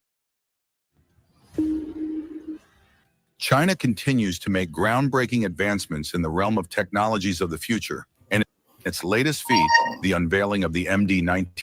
Revolutionary salute to our brother Richard Chavez for the donation to the war chest. Revolution is a way of life. Absolutely appreciate the love, family. Salute. Hypersonic drone has left the world stunned. Unlike usual hypersonic vehicles that primarily focus on speed alone, the MD-19 brings an unprecedented capability to the table. It can seamlessly decelerate from hypersonic speeds to subsonic levels and carry out a safe, horizontal landing on a runway. This is no small accomplishment. Hypersonic vehicles are known for their blistering speeds, making controlled deceleration a nearly insurmountable challenge. Yet Chinese scientists have cracked the code, showing their brilliance and keeping their position on top as leaders in the hypersonic sector. The MD-19, which has been undergoing testing for years, was recently launched from the TB-001 drone, a medium-altitude, long-endurance unmanned aerial vehicle, UAV, developed by Tengon, a prominent Chinese company. With its sleek build and remarkable payload capacity of up to 2,800 kilograms, the TB-001 served as the ideal launch platform for the MD-19. A video was revealed online showing this impressive moment, the TB-001 releasing the MD-19 midair, after which the hypersonic drone flew through the skies and later descended to land smoothly on a runway. Watching a hypersonic drone complete such a landing is nothing short of mesmerizing. The world is used to hypersonic technology being limited to missiles and other single-use military projects. However, China's MD-19 is unique. It can be safely recovered and reused, effectively revolutionizing how we think about hypersonic platforms. To understand the significance of this achievement, we need to consider a few key challenges that hypersonic technology faces. For a vehicle moving at speeds exceeding Mach 5, 5 times the speed of sound, slowing down for a controlled landing involves overcoming extreme thermal, aerodynamic, and mechanical stresses. These speeds generate temperatures high enough to melt traditional metals, meaning that every part of the vehicle must be crafted with materials designed to withstand these conditions. The MD-19 not only survives this intense journey, but does so with a degree of control that allows for a safe horizontal landing. That's a milestone that sets it apart from anything we've seen before. So how exactly is this a game-changing drone? Let's find out. Traditional hypersonic vessels are single-use because they either crash into their target or become unrecoverable due to their extreme speeds. This makes their development not only complex, but also highly expensive. The MD-19 changes the game entirely. Its ability to land horizontally and be reused could cut costs dramatically, opening up new opportunities for testing, further development, and even civilian applications down the line. What if hypersonic drones like the MD-19 could be used for high-speed deliveries or emergency response in the future? The possibilities are endless. China's unstoppable pursuit of excellence in hypersonic technology isn't a recent development. For years, the nation has been investing heavily in this domain, steadily defeating other global players. A notable example of this commitment is the successful flight of a jumbo jet-shaped hypersonic prototype that reached a staggering Mach 6.5. Unlike the slender, needle-like design seen in the West, Chinese engineers went for a broader, unconventional shape, proof that thinking outside the box works. The test flight, reportedly conducted in the Gobi Desert, was so sensitive that its details remained secret for years. While other nations focus on improvements to existing technologies, China is leading ahead with new stuff.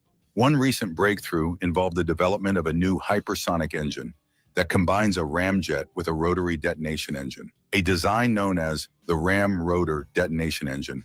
Created by a team at Tsinghua University, this engine pushes the boundaries of propulsion systems by enhancing efficiency and performance in ways that traditional ramjets could never achieve. This is yet another example of how China's scientists are thinking differently. And here's something else. China isn't stopping at drones or engines. Earlier this year, Chinese scientists revealed a groundbreaking cooling device designed specifically for hypersonic missiles. By tackling the issue of extreme heat generated during hypersonic flight, this device reportedly extends the missile's operational time by up to 2.5 hours. When you think of the strategic value of hypersonic weapons, speed, precision, and evasion of defense systems, this advancement gives China a clear edge. The MD-19 is therefore not just another technological development. It shows the fruit of years of research, engineering progress, and a vision that looks far beyond today's possibilities. One of its unique features is its launch method, being released mid-air from another unmanned platform like the TB-001. This eliminates the need for lengthy runways or expensive launch facilities, making the MD-19 far more versatile and cost-efficient. Imagine deploying such drones in remote areas or conflict zones where infrastructure is minimal. The ability to launch mid-air and recover safely changes the rules of engagement completely. Now you might be thinking, why is China achieving so much in this space while others stay behind? The answer likely lies in its commitment to research, substantial investments in innovation, and the ability to think outside the box. While other countries often get slowed down by costly hurdles and efforts, China's strategic approach enables it to move faster and accomplish more. In the case of hypersonic technology, this edge is clear. Another aspect that shows China's success is the country's willingness to experiment. Unlike many other nations that stick to conventional solutions, China goes for unconventional ideas, often surprising the world with the results. Whether it's the unconventional shape of their Mach 6.5 prototype or the MD-19's controlled deceleration for landing, Chinese scientists seem unafraid to break norms in the face of progress. This mindset is a powerful asset, and it's no wonder China continues to achieve one milestone after another. For decades, hypersonic technology has been looked at as a domain reserved for futuristic projects, something removed from practical, real-world use. Yet China has taken it a step closer to reality, making it not only viable, but also efficient and reusable. Who knows what the future holds? One thing is certain here, China doesn't seem to slow down when it comes to hypersonic developments. With much about China's recent reveal of its one-of-a-kind hypersonic drone with a horizontal landing capability covered, it is time to wrap this one up. If you have any topics in mind, comment below and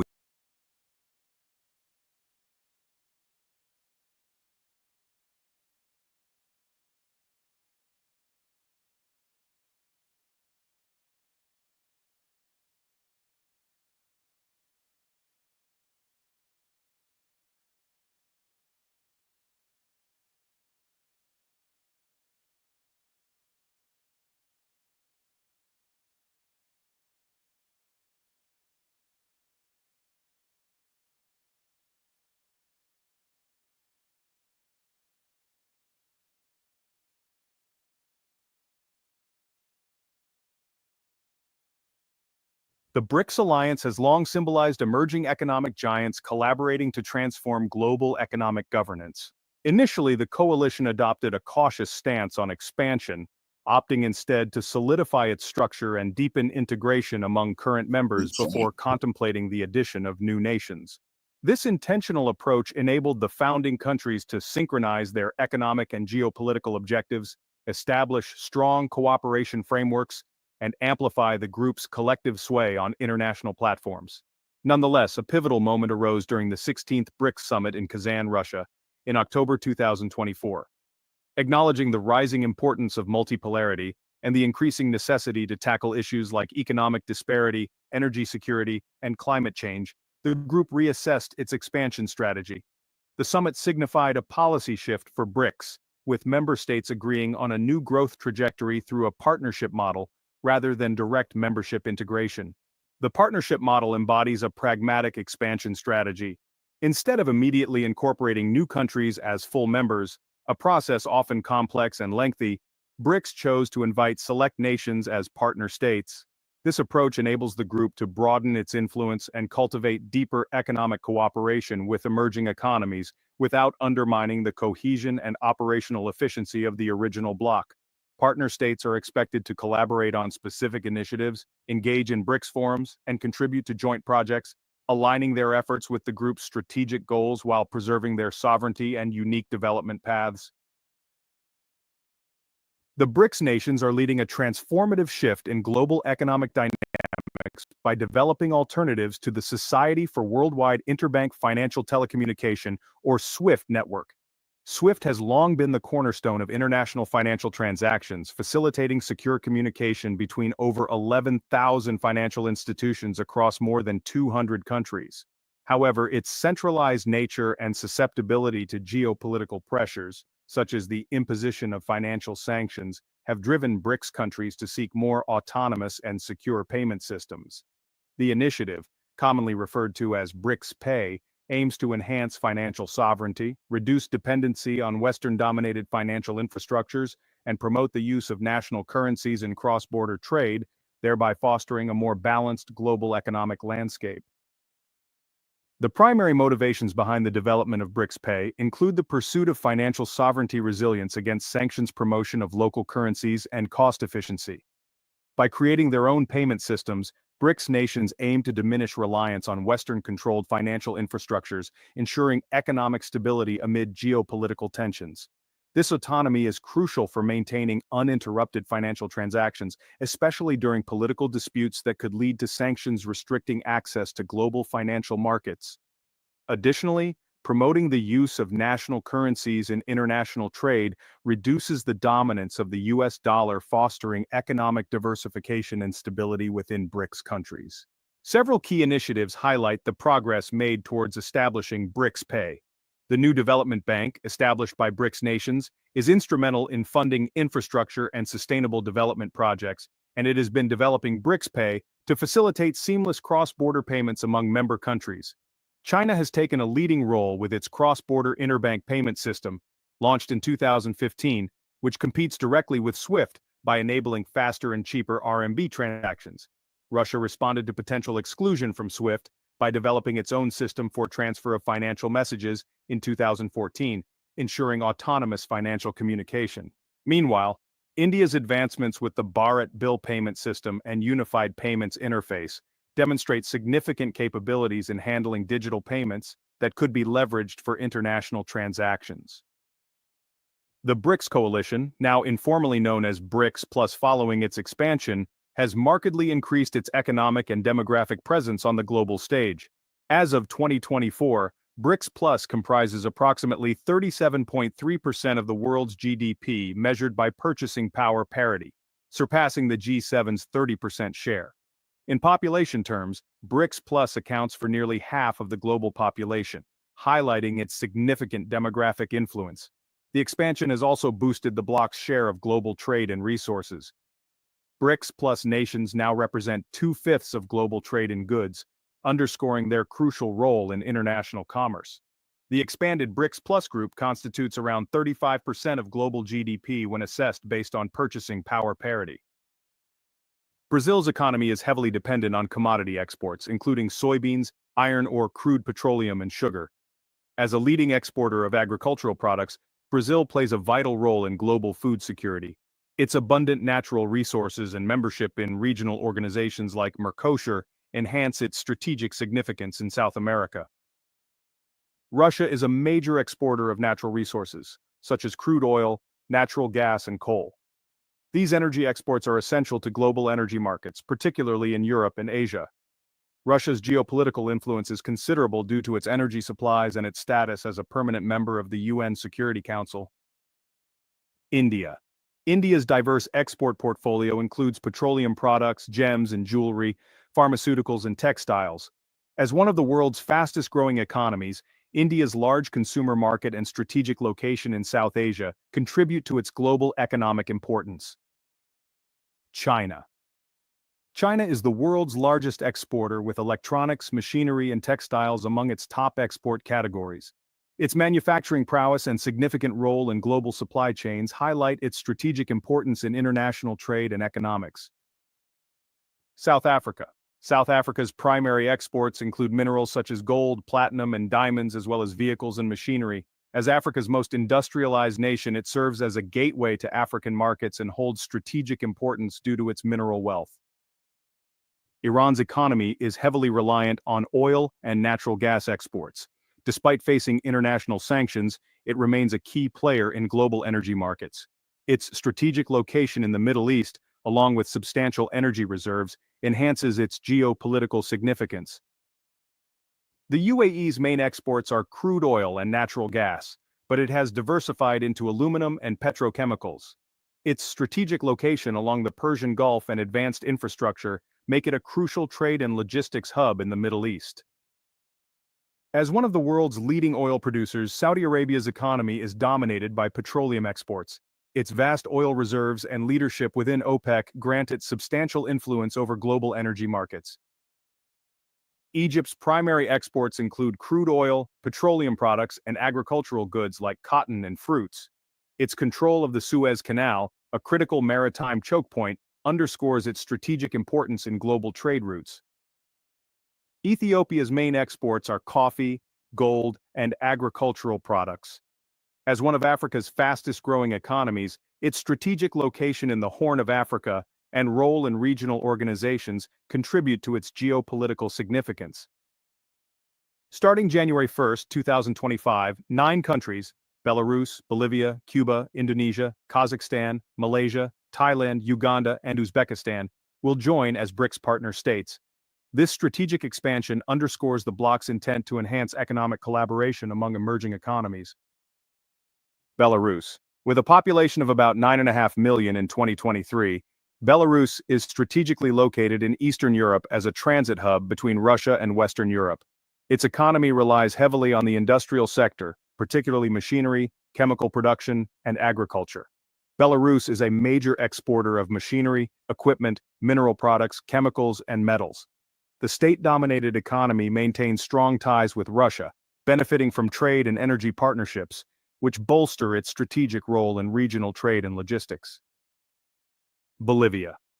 Home to approximately 12.2 million people, Bolivia is rich in natural resources, especially natural gas and lithium, essential for batteries and electric vehicles. The economy is deeply connected to its resource exports, including natural gas, minerals, and agricultural products like soybeans and quinoa. Bolivia's significant lithium reserves position it as a key player in the transition to renewable energy, enhancing its global strategic importance. Let's take a quick moment. If you're enjoying the video so far, we'd really appreciate it if you could hit the like button. Want to be even more helpful? Leave us a comment. It helps us reach a wider audience and improves our content. Thank you for your support. Now let's dive back into the discussion. Cuba. With a population of around 11 million, Cuba operates a centrally planned economy heavily influenced by state control. Its main exports include medical services, nickel, pharmaceuticals, sugar, and tobacco, with cigars being particularly iconic. Tourism also plays a crucial role in Cuba's economic landscape. Strategically located in the Caribbean, Cuba has built a global reputation in healthcare and biotechnology, boosting its influence in regional politics and international health initiatives. Indonesia. As the world's fourth most populous country with 282.5 million people, Indonesia boasts a dynamic and diverse economy. It is a leading global exporter of palm oil, coal, natural gas, rubber, and electrical appliances. With a GDP per capita of $16,542 PPP, Indonesia stands as Southeast Asia's largest economy. As a G20 member, Indonesia plays a pivotal role in global trade, particularly in energy and commodities. The government's focus on infrastructure development and digital economy expansion further strengthens its strategic position. Kazakhstan. With a population of approximately 19 million, it is the world's largest landlocked country and a resource powerhouse. The economy is primarily driven by oil, natural gas, and minerals, with ferrous metals, machinery, and agricultural products like grain also prominent in exports. Kazakhstan's strategic location at the crossroads of Europe and Asia positions it as a key player in the Belt and Road Initiative, enhancing its role in energy supply and logistics. Malaysia. A Southeast Asian nation with about 34.6 million people, it has a GDP per capita of $39,030 PPP and a well-diversified economy. Its major exports include electrical and electronic products, palm oil, liquefied natural gas, petroleum, and chemicals. Malaysia's strategic location along the Strait of Malacca, a critical global trade route, amplifies its importance in international trade. The nation continues to advance in digital economy initiatives and high-value manufacturing, reinforcing its regional and global economic role. Thailand, with a population of 66 million and a GDP per capita of $23,401 PPP, is a manufacturing and export powerhouse in Southeast Asia. Its key exports include automobiles and parts, electronics, machinery, rice, and rubber. Thailand's thriving tourism sector further bolsters its economy, significantly contributing to employment and GDP. As a hub for automotive production and a gateway to the ASEAN market, Thailand plays a crucial role in regional economic dynamics. Uganda, a rapidly growing nation in East Africa with a population of 48 million, has an economy primarily driven by agriculture. Coffee is its leading export, followed by fish, tea, tobacco, and gold. The country has also discovered oil reserves, expected to become a significant economic contributor in the future. Uganda's strategic location in East Africa and emerging energy sector position it as a potential regional power in agriculture and oil exports. Uzbekistan, with a population of 36.4 million, is undergoing significant economic transformation. The country is rich in natural resources such as gold, natural gas, and cotton, with energy products, textiles, and machinery among its main exports. Uzbekistan's strategic location in Central Asia and ongoing reforms aimed at liberalizing the economy enhance its potential as a regional trade hub. The country's commitment to infrastructure modernization and foreign investment underscores its ambition to sustain robust economic growth. In addition to the 9 countries set to become BRICS partner states, numerous other nations have formally expressed their interest in joining the bloc. Russian presidential aide Yuri Ushakov revealed that approximately 20 more countries have indicated their desire to engage with BRICS. The doors of the association remain open to like-minded countries, Ushakov stated. At present, over 24 nations have expressed interest in establishing a systemic dialogue with BRICS. Who are these 20 countries?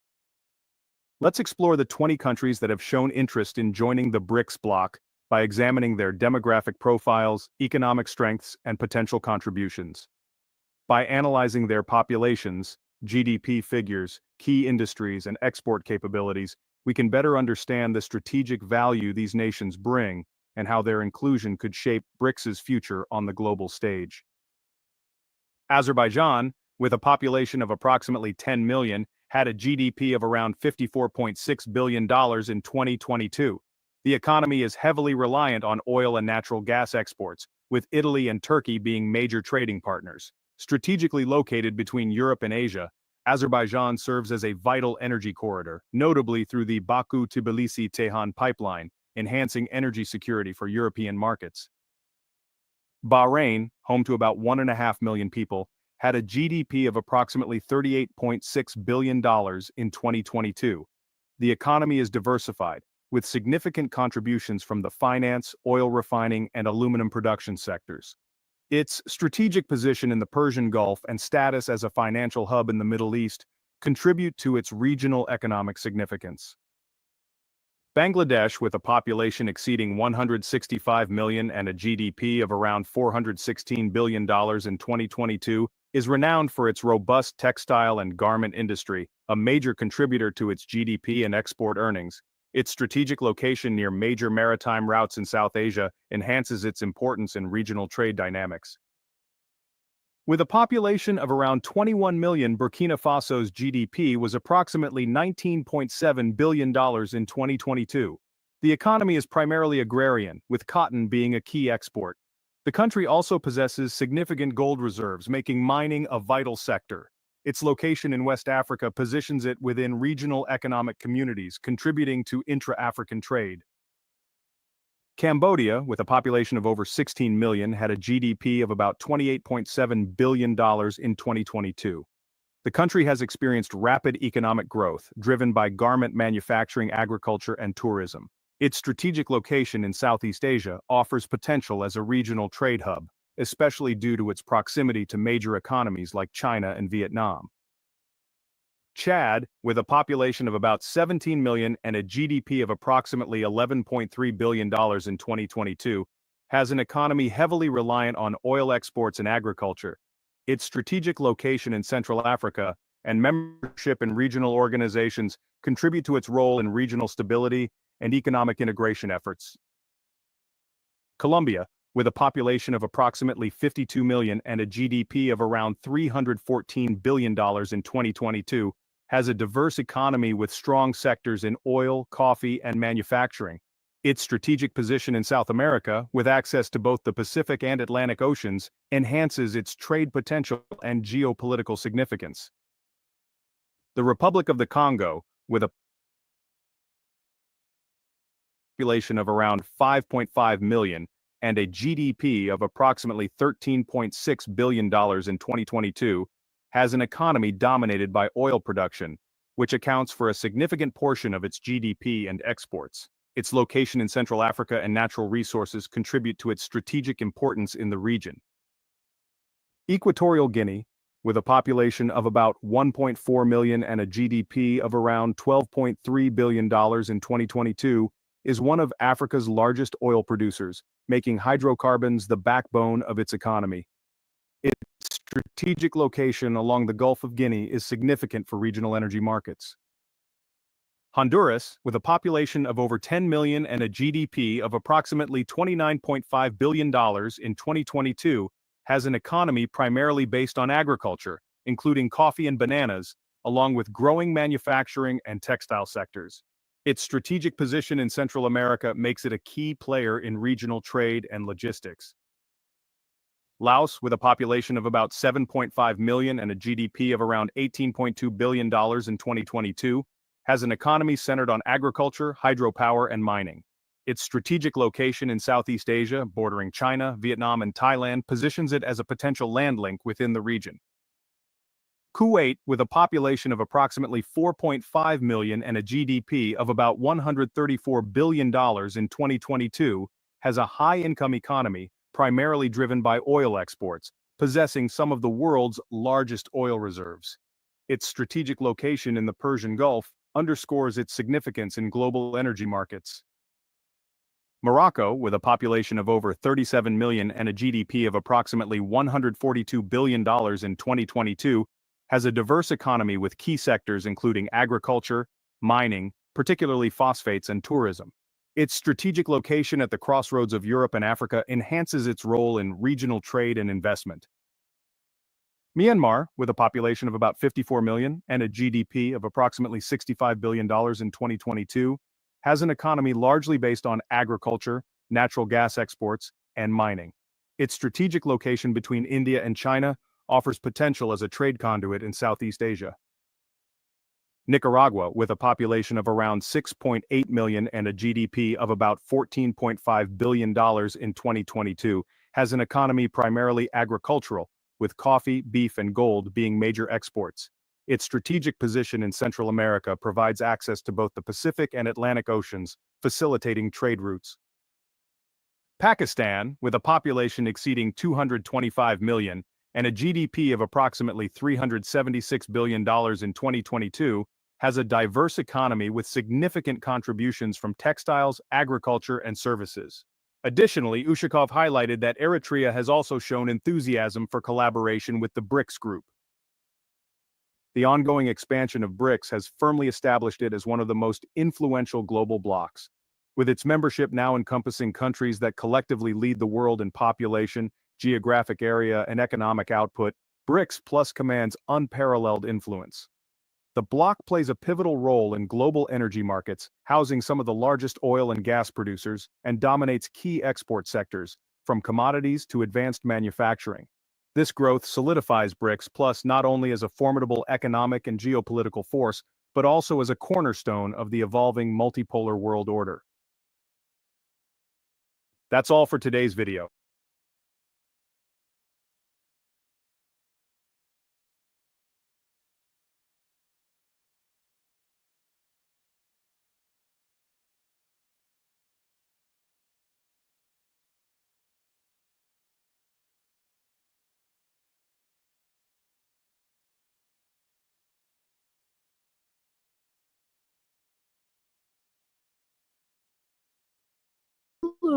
Dallas, Texas, Baltimore, Atlantic City, Cohoes, New York, and Providence, Rhode Island. Go to jimmydore.com for a link for tickets, and only there. So guess what's going on?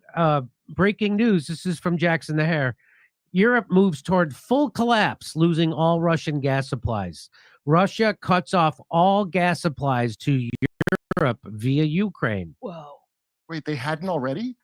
No, apparently not. What? What? Wait, so this guy, Zelensky, says when Putin was presented with the Russian presidency more than 25 years ago, the annual gas transit through Ukraine to Europe totaled more than 130 billion cubic meters. Today, it equals zero. This is one of Moscow's biggest defeats. Wow.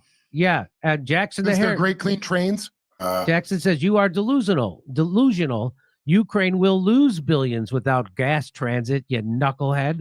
Most of the European Union will lose cheap energy and will be forced into buying expensive alternatives. Russia's European Union allies will still get cheap natural gas. Russia has placed European Union gas markets with trustworthy new partners.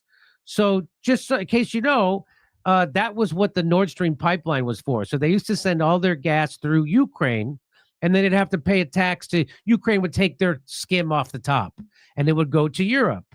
So then they built the Nord Stream 1 and Nord Stream 2 pipelines to take it right from Russia right to Germany. So we blew that up to try to put an economic hurt on Russia.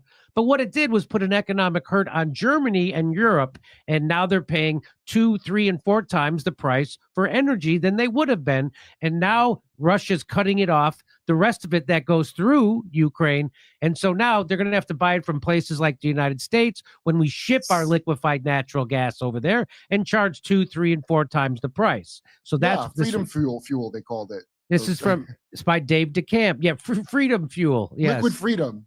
Russia gas flows to Europe through Ukraine ends as deal expires. Slovakia is threatening to cut power to Ukraine for not extending the deal.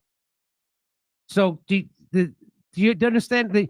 This Ukraine is like your drug addict cousin who always has another brilliant money-making scheme.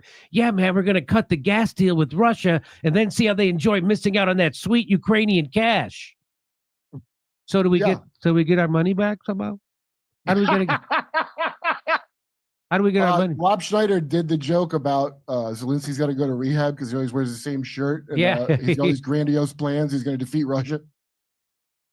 So Russian gas deliveries to Europe through Ukraine pipeline will end on January 1st, which was yesterday, as a 5-year agreement signed in 2019 expired at the end of 2024. Russia gas continued to flow through the Soviet-era Urengoy-Pomeri-Yuzhgorod pipeline following the Russian invasion of Ukraine under a deal signed between Russia's Gazprom and Ukraine's Naftogaz, both state-run gas companies. So they're still doing business with each other through the whole war to transfer energy. Seymour Hersh told us that. Yes. And I thought it was bizarre back then. The Russian news agency TASS reported there were no orders for gas to be pumped through the pipeline on January 1st and said that meant the chances of a last-minute deal to keep the gas flowing were slim. Ukraine chose not to renew the agreement, a step that angered Slovakia, which receives Russian gas through the Ukrainian pipeline.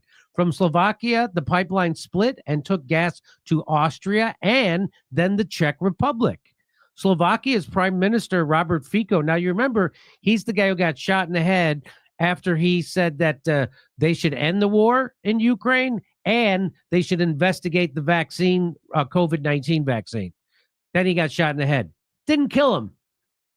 And here he is, Slovakia's Prime Minister Robert Fico.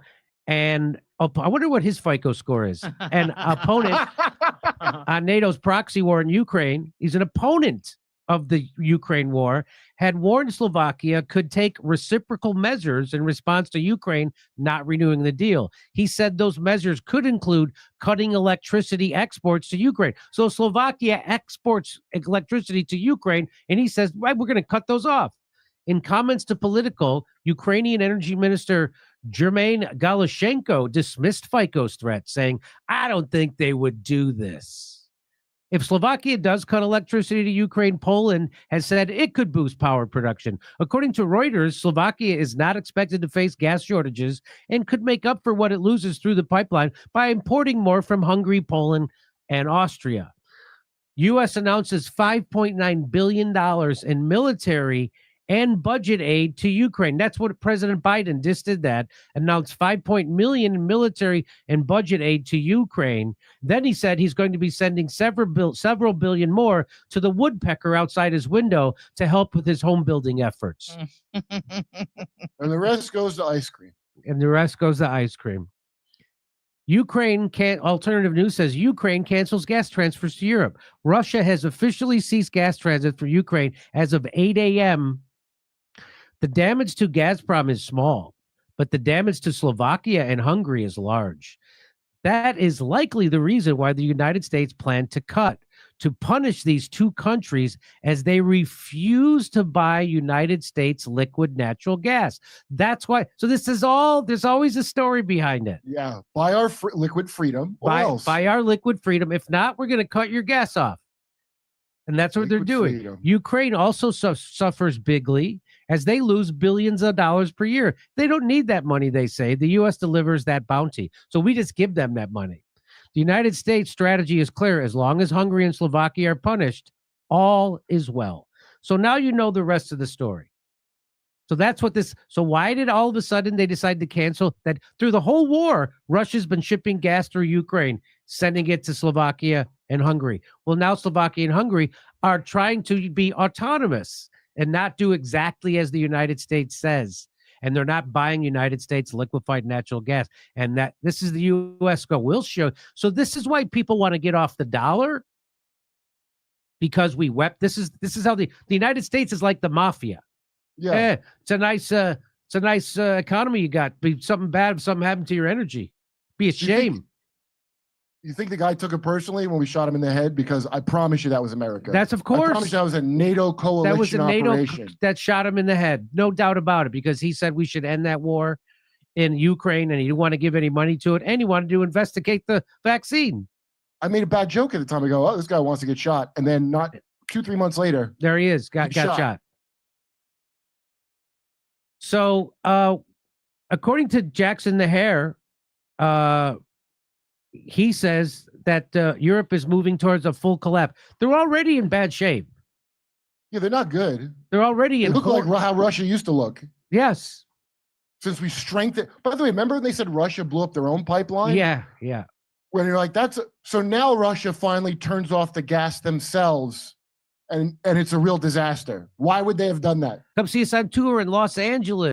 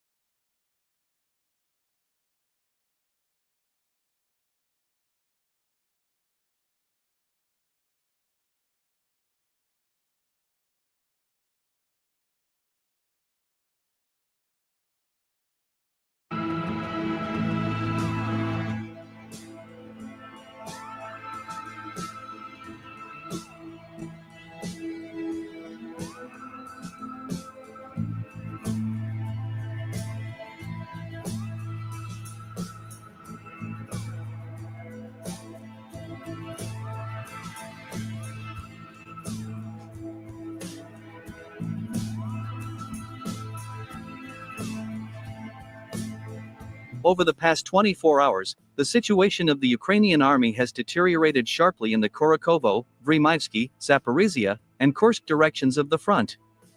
In particular, on January 3, at 9 a.m. Moscow time, war correspondents reported that Russian troops had liberated the strategically important settlement of Slavyanka, located 11 kilometers northwest of Korokovo. At the same time, Russian troops also took control of a fairly large section of the T-0515 highway, connecting cities such as Pokrovsk and Constantinople. Moreover, there are no more settlements to the west of Slavyanka, up to the border of the Dnipropetrovsk region. Given the fact that the Ukrainian army can only fight in populated areas, hiding behind residential houses and high-rise buildings, it is safe to assume that Russian troops will approach the border of the Dnipropetrovsk region in the coming weeks, or even days.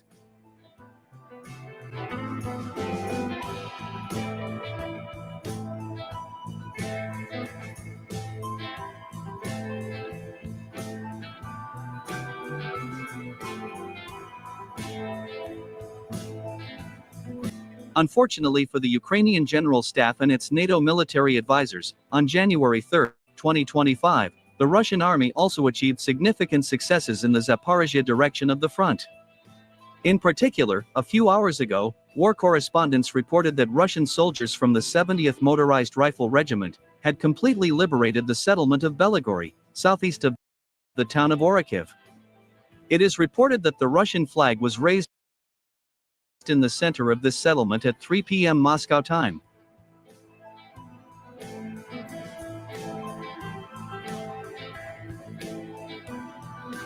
At the moment, the entire territory of this settlement is under the control of the Russian army.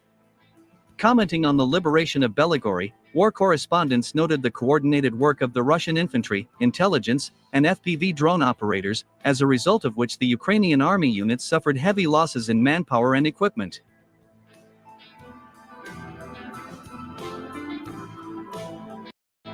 By the way, many military experts express confidence that the Ukrainian army lost Belgorod, because the Ukrainian High Military Command withdrew reserves from this area, and transferred them to Velikaya Novoselka, in Vrymivsky direction of the front. It is reported that over the past 5 days, the Ukrainian army has lost about 4,000 soldiers in this direction. As a result, the Ukrainian High Military Command was compelled to relocate the remaining reserves from Orikhiv to this area. According to Ukrainian telegram channels, this helped to stabilize the situation in Velikaya Novoselka and deter the advance of Russian troops. However, this has also led to negative consequences. The fact is that the Ukrainian army lost the strategically important settlement of Belgorod and allowed Russian troops to advance significantly towards the city of Orikhiv, in the Zaporizhia direction of the front.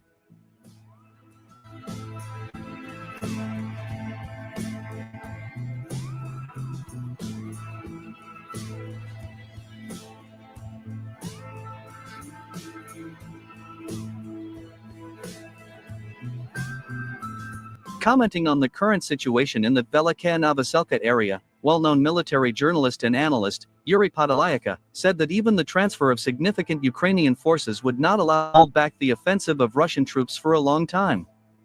According to him, Russian troops in this area are acting competently and unhurriedly, continuing to weaken the enemy garrison. Yuri Podolyaka notes that the transfer of Velikaya Novoselka under the control of the Russian army is just a matter of time. It is reported that as of January 4, 2025, Russian troops continue to pull in additional forces, conduct tactical preparation in this direction of the front. All this indicates that in the coming days, the Russian army will launch an assault on this strategically important city.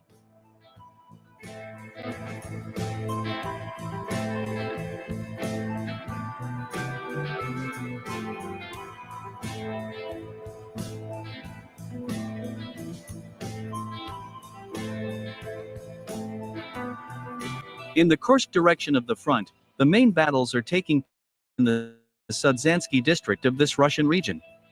In particular, on January 3, war correspondents stated that Russian soldiers of the group of troops under the designation Sever had significantly advanced in the Mykolovka area, northeast of the city of Sudza. It is reported that Russian Marines from the elite 155th Brigade of the Pacific Fleet were able to enter the eastern outskirts of this settlement and gain a foothold on new positions. According to the Russian military department, over the past 24 hours, Ukrainian army has lost 600 soldiers, 40 pickup trucks, 2 tanks, 3 self-propelled guns, 5 armored personnel carriers, and 7 infantry fighting vehicles in the Sudzansky and Koronevsky districts of the Kursk region.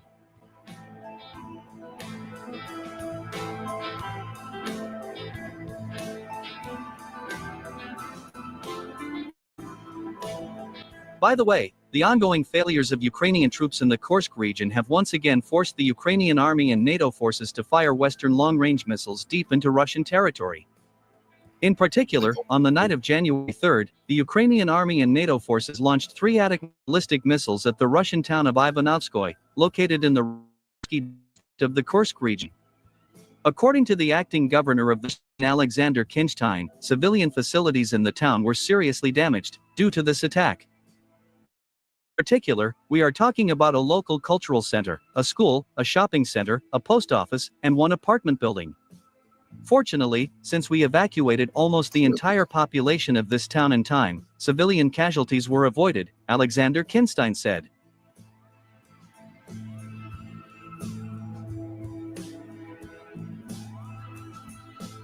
My dear truth seekers, Russia's response to the missile attack on the town of Ivanovskoye was not long in coming. So, on the night of January 3rd, the Russian missile forces, together with the aerospace forces, launched a combined missile attack on military installations in the Kyiv, Kharkiv, and Sumy regions.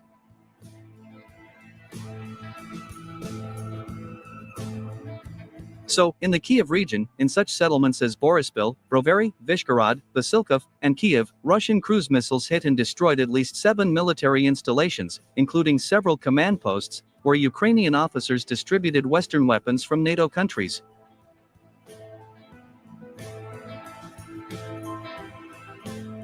In the Kharkiv region, in the northwestern part of the city of Bogodikov, Russian missiles hit and destroyed a classified NATO facility, where Western missiles and 155mm shells were stored.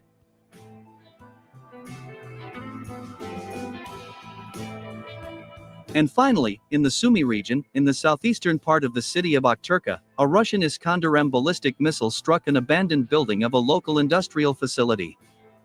Later it turned out that the Ukrainian High Military Command had secretly used this building to house American and British Army officers, who were responsible for entering flight data into ATACMS ballistic missiles. According to sources in the Russian military department, 10 Ukrainian soldiers were killed as a result of this missile attack. Moreover, sources in the Russian military department also confirmed the death of 3 US and 2 British Army officers.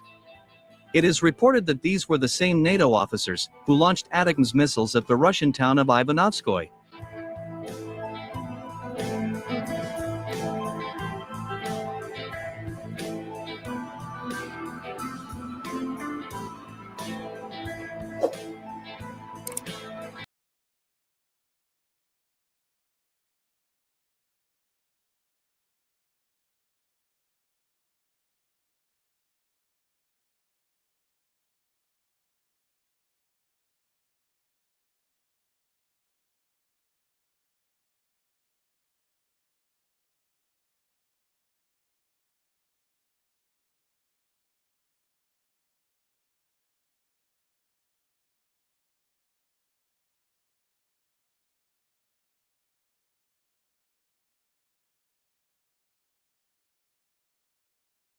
Whether or not we got big things, lots of big things to talk about. We're going to start with this issue, and this is what everybody's talking about, and it's important. The second part of this discussion is going to be important because when we talk about whether or not Trump can get a deal, we don't know what the hell the playing field is going to look like by the 20th of January, because the Fourth Reich lunatics in the Biden administration are trying to set the world on fire. They're trying to do everything they can to not just to stop Trump from being able to get a deal in Ukraine, but it looks like they've just lost it. They've just gone bananas and they've gone full fascist, full psychopath. The mask is off. But at any rate, so let's talk about this. Let's talk about this. Can Trump get a deal? Obviously, there's a reason that I'm saying, can Donald Trump get a deal that we talk about? I don't think that there's anybody that says, well, the Russians are not reasonable, and if he goes and talks to them, they won't listen to reason. No, I don't think that's the case at all. Let's recall that on December 17th of 2021, just prior to the special military operation, the Russians attempted to avoid this conflict. In fact, they sent a document to the Biden administration saying, hey, we got issues in Ukraine on our border. We need to talk. We need to avoid a conflict. If it doesn't happen, there could be technical/military actions taken. So they made it clear, hey, man, we don't want to fight, dude. We're not trying to fight. But if you back us up into a corner, we're going to do what we got to do. So, of course, the Biden administration, in their wisdom, they had a plan, and the plan actually involved smashing Ukraine to pieces, sacrificing Ukraine at the altar of the neocon ideology. So they were basically, their response, their retort to the Russians was, this is not even a starting point. In other words, we run the world, we dominate the world, and you're going to say, we have to talk to you. No, we've come to your border and we've taken over Ukraine and we're going to destroy your country and there's nothing you can do about it. So, resistance is futile. That was their position. So the Russians said, okay, well, the Russians are going to do what we're going to do. We'll start by smashing Ukraine to pieces and then we'll go from there. It was simple as this. If you won't talk to us. You have a political and military tool on our border. We will break your military tool. As I said, in self-defense, if somebody reaches for you and you get their wrist, and you, I mean, I'll put it like this. There's two ways to look into it, right? There's, if you get somebody in a wrist lock or an arm bar or some kind of a submission type hold, right? One way to look at it is, I can get your wrist and I can get you down on the ground and I can say, stop, cease and desist, stop the fighting.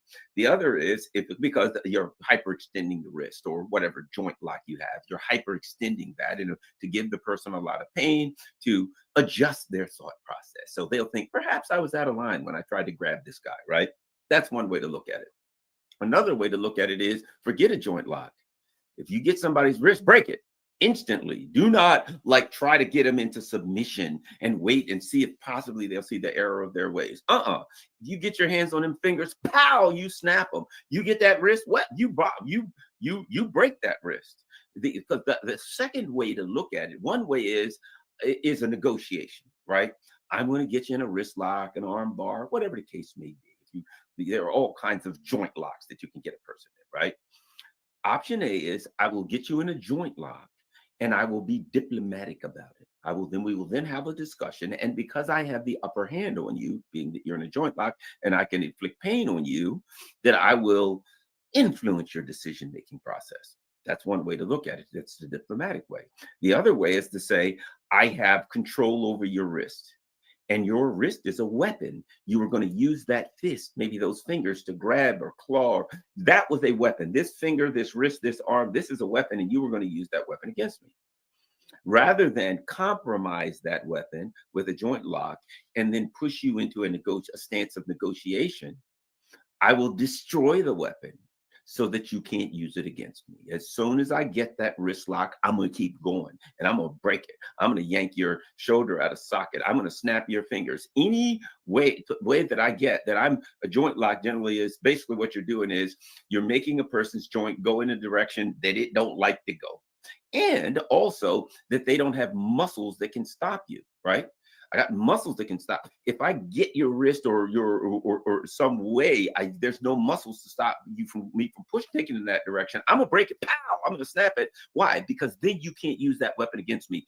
And even if we negotiate, you're negotiating with one less weapon. So what the Russians said was, look, we can do it the negotiation way, or you have a weapon, which is Ukraine, a military, technical, political weapon, a physical kinetic weapon. If we can't negotiate, I'm breaking the weapon, and then you won't have that weapon to use against me. I'm breaking that risk. I'm not going to compromise the risk and then have a negotiating session as to whether we lower the volume of our interaction. I'm gonna break the wrist, and you can't use that weapon against me, and then we'll go from there. We need to fight more, we'll fight more, but you're gonna fight with one broken wrist, right? Okay, so the Russians attempted to get out of it, but at that point, and if you think about it, that's a critical discussion for this reason. And somebody said in there, says Trump has no leverage with President Putin. I agree, but that's not what I'm talking about.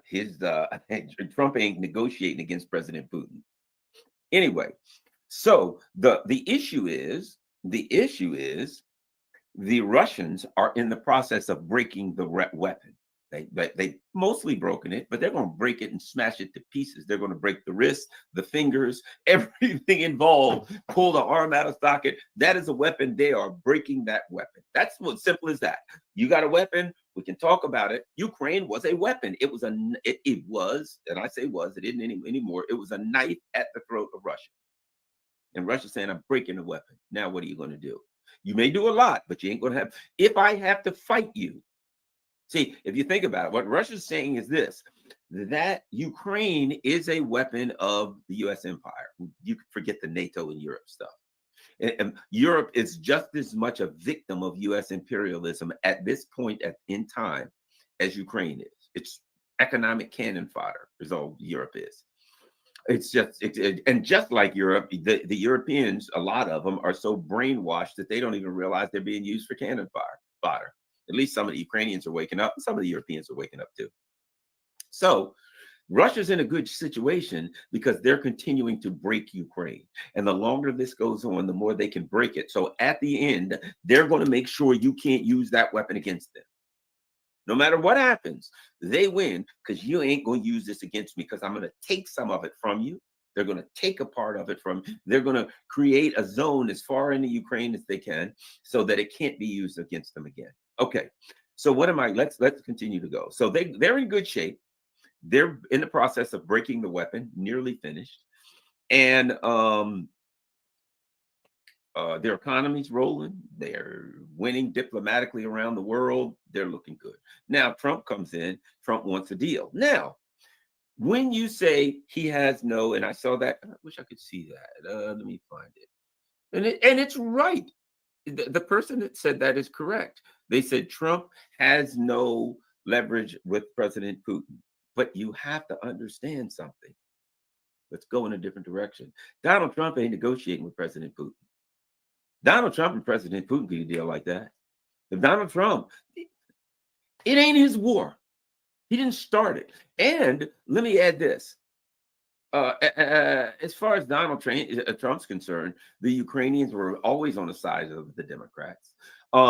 During the lead up to the 2016 election, the Ukrainians worked with the Democrats to try to hurt Donald Trump and to try to paint him as a Russian bot. They worked to paint his assistant, the president, the chief of his campaign at that time, Paul Manafort. So the Ukrainians have worked to undermine Donald Trump. He hates him probably. Putin doesn't hate him. Donald Trump hates him. They have always worked to undermine him. Let's not forget, Donald Trump made a phone call, a legitimate phone call, about Biden's corruption in Ukraine. And what happened? They impeached him over it. Donald Trump's got no love for the Ukrainians. Trust me, he will throw them under the bus just as soon as he will look at them. He's pissed at them. He's furious. And look, his son has tweeted things like, "On January 20th, you know, your ATM's going to close." Right? I mean, his son, they got no love for the Ukrainians. So as far as Donald Trump is concerned, if it was just up to Trump, he don't give a crap. Donald Trump would say to the Russians, "What do you want?" And the Russians would say, "Well, we want A, B, C, and D." And Trump would say, "If I give you those, if I say yes, will you get these apes off the Azov apes off my back? They've been causing me a living hell for the last 7 years, and I want to be done with them. 8, 9 at this point. I want to be done with them. Please get rid of them. Whatever you need to do it. Get them out of my face." If Trump could get away with it, I think he would, because let's face it, the guy on the 5th hole at Mar-a-Lago, right? Remember this guy, whatever his name was? He was a big Ukrainiac. So Trump, I think from Trump's perspective, they're trying to kill him. They're trying to get him thrown in jail. They got him impeached. Trust me, he's got no love for Ukraine. Now, let's go further. He knows those are his enemies. And might I add, he don't like Macron and Schultz and Starmer. He hates these people. What happened? The Greens in Germany literally said to the Greens in the U.S., "Hey, you should stop supporting, stop running Jill Stein and support Trump." All these people in Europe, the pro-Ukrainiacs, they hated Trump and they tried to undermine him. He got no love for these people. Trump wants out. That's what I believe. He has no love. This ain't his fight. And everybody who wanted the fight are his enemies. If it was up to Trump, he would say, "Putin, what do you want? Just give me a blank piece of paper and let me sign it, and you can do whatever you want with these clowns, because they are my enemies. They're bigger enemies to me than they are to you," right? At least they speak a similar language and have similar culture. Okay. That being said, so between Trump and Putin in the snap of an eye, now where is the problem? What is it that stops Trump from being able to get a deal? Somebody says Trump should not have a rally the day before his inauguration. Yeah, I agree with you. I certainly agree with you. Trump should be in a bunker somewhere at an undisclosed location. He should find out where Dick Cheney's undisclosed location bunker is and hang out there, right? That's the safest thing for Trump to do, because let's face it, I don't think they've taken their last swipe at Trump. But at any rate, let's continue. Let's not get distracted here. It's easy for me to do.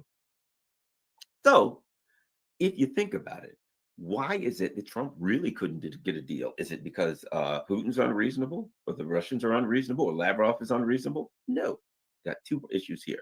Number one, he'd have to denazify Ukraine to get a deal. You imagine when Trump says to the Ukrainian maniac Azov people, look, I'll tell you what, got good news for you guys.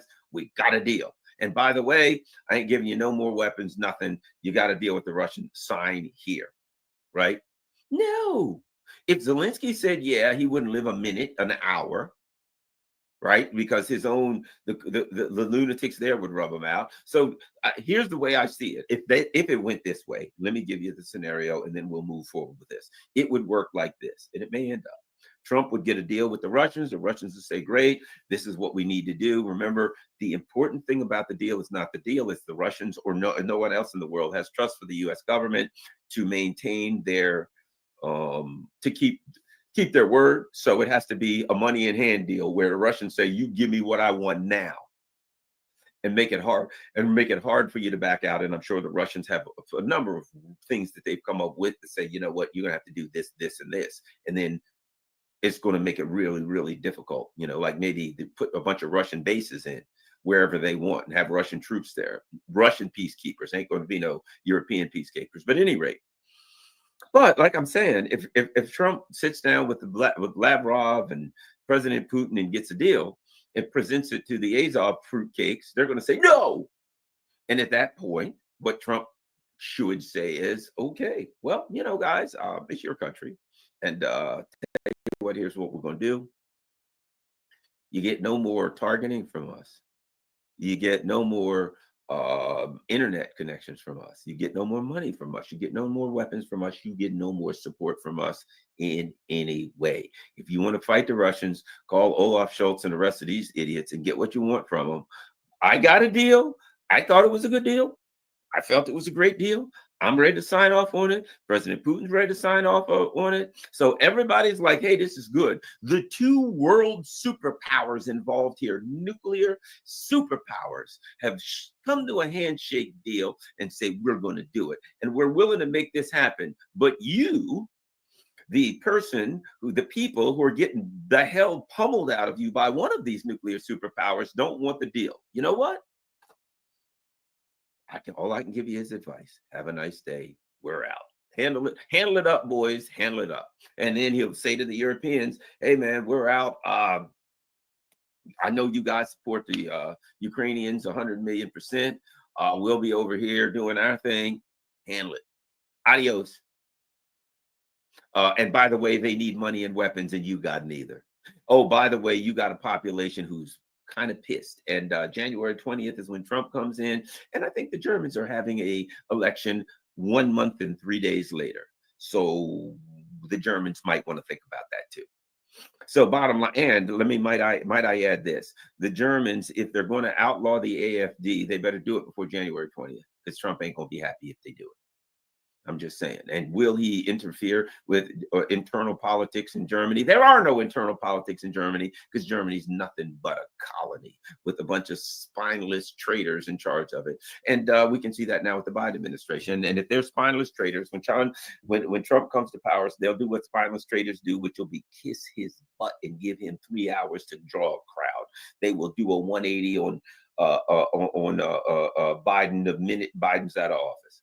That's what they're spineless jellyfish. You think they're going to stand up to the leader of the United States? I could be the president of the United States. They'd kiss the bottom of my foot if I asked them to do, because they're spineless jellyfish, and that's what spineless jellyfish do. Nothing else. They're just not going to stand. They'll be like, we're going to stand up to Donald Trump when he comes in, and we're going to give him a piece of our mind, and we're going to tell him this and that. And when Trump comes in, he'll be, hey, guys, how's it going? Yes, sir, Mr. Trump. Great to see you. Hope we weren't out of line with that standing up to your business. But what can we do for you, sir? Guarantee that's coming with all of them from Europe. Don't you believe that any of them are going to stand up and fight Trump? No, they got no spines. They won't stand up for anything. They stand for nothing. Anyway, so here's the deal. Trump could get a deal. Yes, he could. And let me tell you how he could do it, how he'd have to do it. His war will be with the Third Reich, with the deep state, with the neocons, right? That's his war. His war is not with Putin. No, his war is not with Europe. They got no spines. He can walk right over them. But he'll probably Trump will intentionally humiliate and degrade these people in the same way that he did with Trudeau. He will humiliate and degrade them and get pleasure out of it because it's his turn now. They've been anti-Trump. Now it's Trump's turn for getbacks, and you don't want a vengeful Trump to be. You don't want to be the one. You do not want to be the one facing a vengeful Trump when you're the one he's mad at. But anyway, let me continue. I don't know what he'll do, but I'm going to tell you how this could happen. Okay. The only way Trump could get a deal, there's two things. Of course, as I said, he'd have to say to the Russians, look, this is what you want. And you know what? We don't have to go over. We already know what that is, right? But at that point, what he'd have to do at home, because keep in mind, what is the big issue here? It's taking a loss. It's losing face. It's the U.S. empire saying we're the world, we dominate the world and we dominate everybody. And you go up against the Russians and you're like, oh yeah, well, we may have to use a proxy army, but we're going up against the Russians. You get your ass kicked. I mean, let's call it like it is. Let's call it like it is. Hey, I'm calling you out, Putin. And Putin says, man, I don't want to fight, dude. Oh no, come on, me and you, let's go. And you go toe to toe with him and you get your butt kicked. Your reputation is done. You ain't dominating the world. You're nobody's hegemon when you went toe to toe with the Russians and you got squished and humiliated, degraded, and faced a military debacle. But Trump would have to get out of that and save face. He would have to get out of that without humiliation. Now, I know what you're saying. They lost face when they went in, so they can't save it. Yes, but Trump would have to save face as much as possible for the U.S. Would this work? I don't know, but I'm going to throw this at you. What Trump could do is this. This is, to me, the only out I see. It is an out. What Trump could do would be say, look, this could be his position. He didn't have to use these exact words. I'm paraphrasing. He could say, look, here's my position. Joe Biden and the Biden administration were an abomination, which would be correct. They were traitors and treasonous to the United States and everything it stood for. They were screwed up and they put this country in a bad situation. And I'm going to save this country from Joe Biden and the Biden regime. Look what they did to us. They tried to tear this country down to nothing.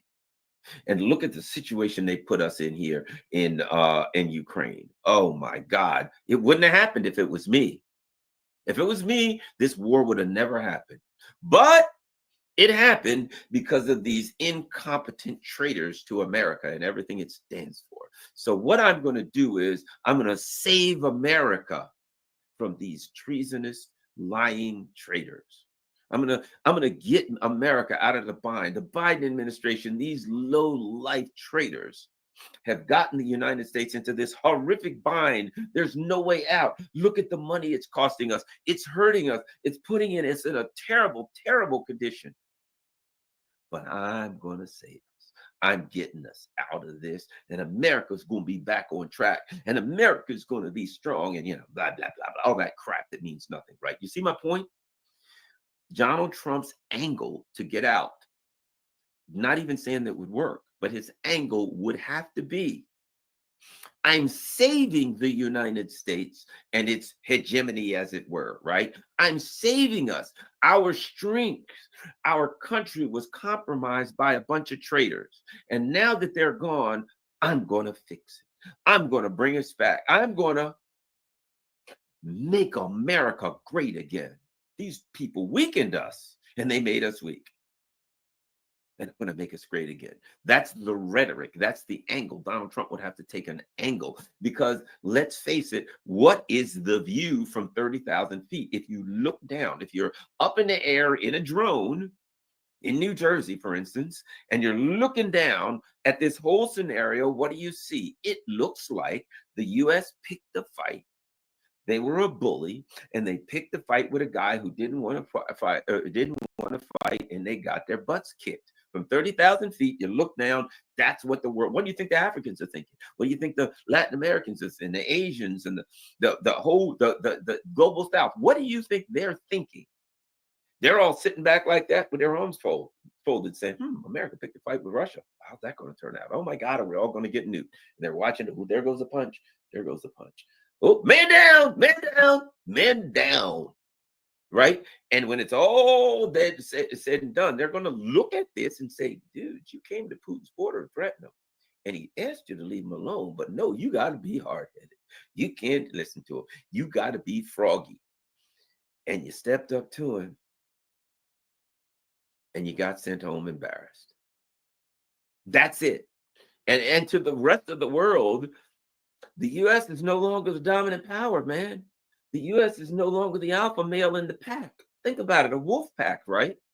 There's a term that comes from wolf packs where somebody, when it comes to fighting somebody, rather than, all the euphemisms for beating somebody up. I've heard that stuff. Man, he kicked his butt. He did this. And one of them is he tore the fur off his ass. What does that mean? That means, like in a wolf pack where the wolf's fighting and the alpha male wins and he grabs one of the challengers. He grabs the challenger, he grabs a patch of his fur, and the guy now has the wolf now has an open spot. Or lots of other animals do that. They'll tear, and you have a visible wound. And all of the rest of the people can look and say, yeah, he tore the fur off your ass, right? You have a visible wound to demonstrate there's an alpha male. And everybody can look at the other guy like, yeah, I don't want to end up with a patch of fur gone, so I ain't challenging the alpha male, right? People are going to look and say, well, you guys stepped up to Putin on the border of Ukraine. He tore the fur off your ass. And now we're running around with a patch of fur missing off of our butts. That's what Biden left us, with a patch of fur left off our butts. So the question is, how do you get out of this without a missing patch of fur? And as I said, I'm not saying it's the only angle I see for Trump. The angle being, you blame it all on Biden. You say he was an abomination of the United States. He was a traitor. And then you argue, I am correcting, I am saving the United States from that traitorous regime. I think that is the rhetorical angle that the Trump administration could use, because they don't have a dog in this fight in reality. The Trump, he wasn't all in on, let's weaken Russia and then go to China. Trump wasn't even really down with all of that. He could care less. Trump's trying to eat. He's trying to make loot. Trump is trying to do business and probably put some money in his own pocket, if I know Trump. And I'm hating on him. Yeah, it is what it is. Look, difference is this. Joe Biden and Hunter Biden and those guys are going to clandestinely, through some kind of weird corruption, get some money. Trump is going to go like, hey, all you guys coming here to visit me from Saudi Arabia, you got to stay at the Trump Hotel and pay me triple. Trump's old-fashioned. At least you can see the corruption right in front of you. People will be like, yeah, he's going to squeeze them for every dime he's got. Oh, well, that's Trump, right? He's trying to hide it so much. And it ain't as clandestine as underhanded. He's kind of more straight out front. He's going to shake. Look, what is Trump talking to Europe? Hey, Europe, you're going to have to buy more gas from us and other stuff. You got to buy all this stuff. Trump is just going to squeeze Europe for all it's worth. But he ain't trying to hide that he's squeezing them. He's going to do it right out front, right under the light, so everybody can see it. Got to give Trump that. He's an equal opportunity, open, open source intelligence. It's pretty clear when Trump's trying to squeeze you for loot, right? So my point being, there is a rhetorical and political angle. If you view Trump's problem not as getting a deal with Putin, if you view Trump's problem as getting a deal that he can get through here, getting a deal that allows him to get past the neocons and the lunatics in Congress and all of that. How does he do that? Because that's his fight. His fight ain't with Putin and Lavrov. They're reasonable. They are reasonable people. In fact, I would say Lavrov and the foreign ministry are outstanding diplomats. They are true diplomats. And a true diplomat is always seeking peace.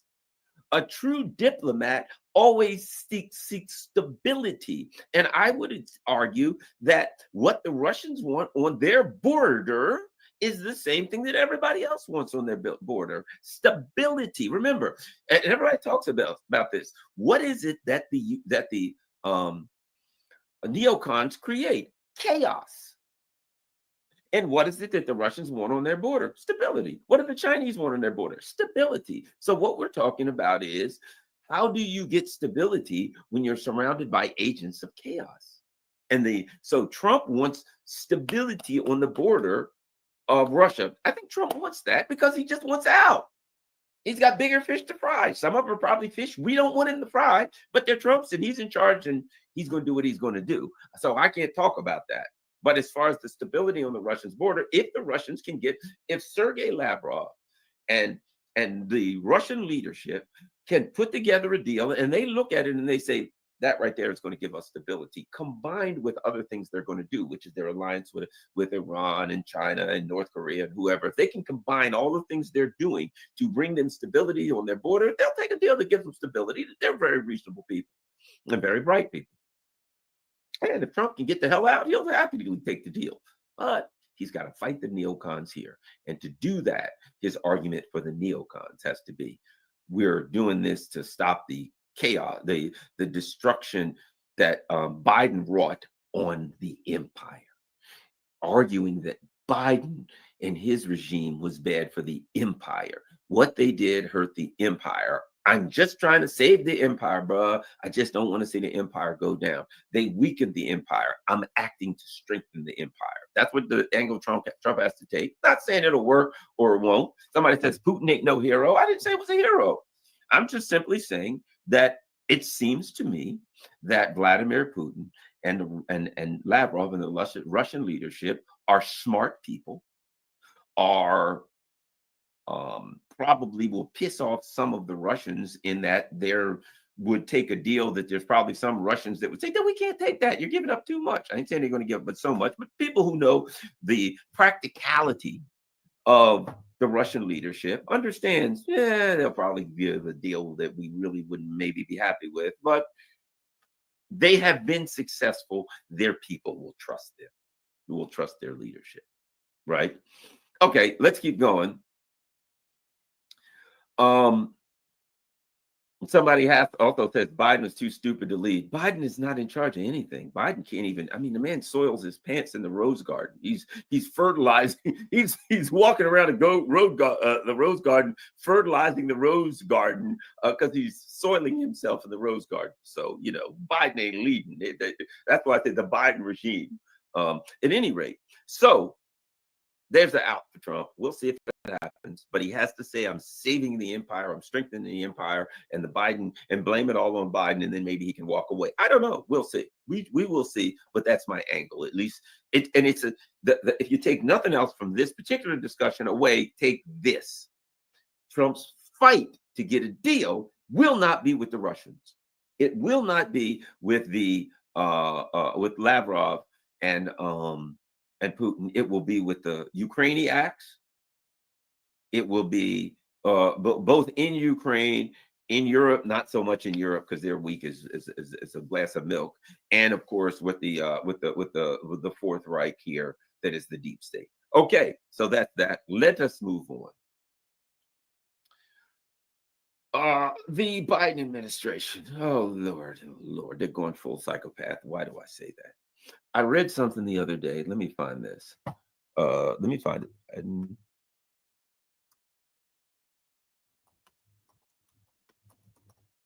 Let me find this. Okay. Watch this.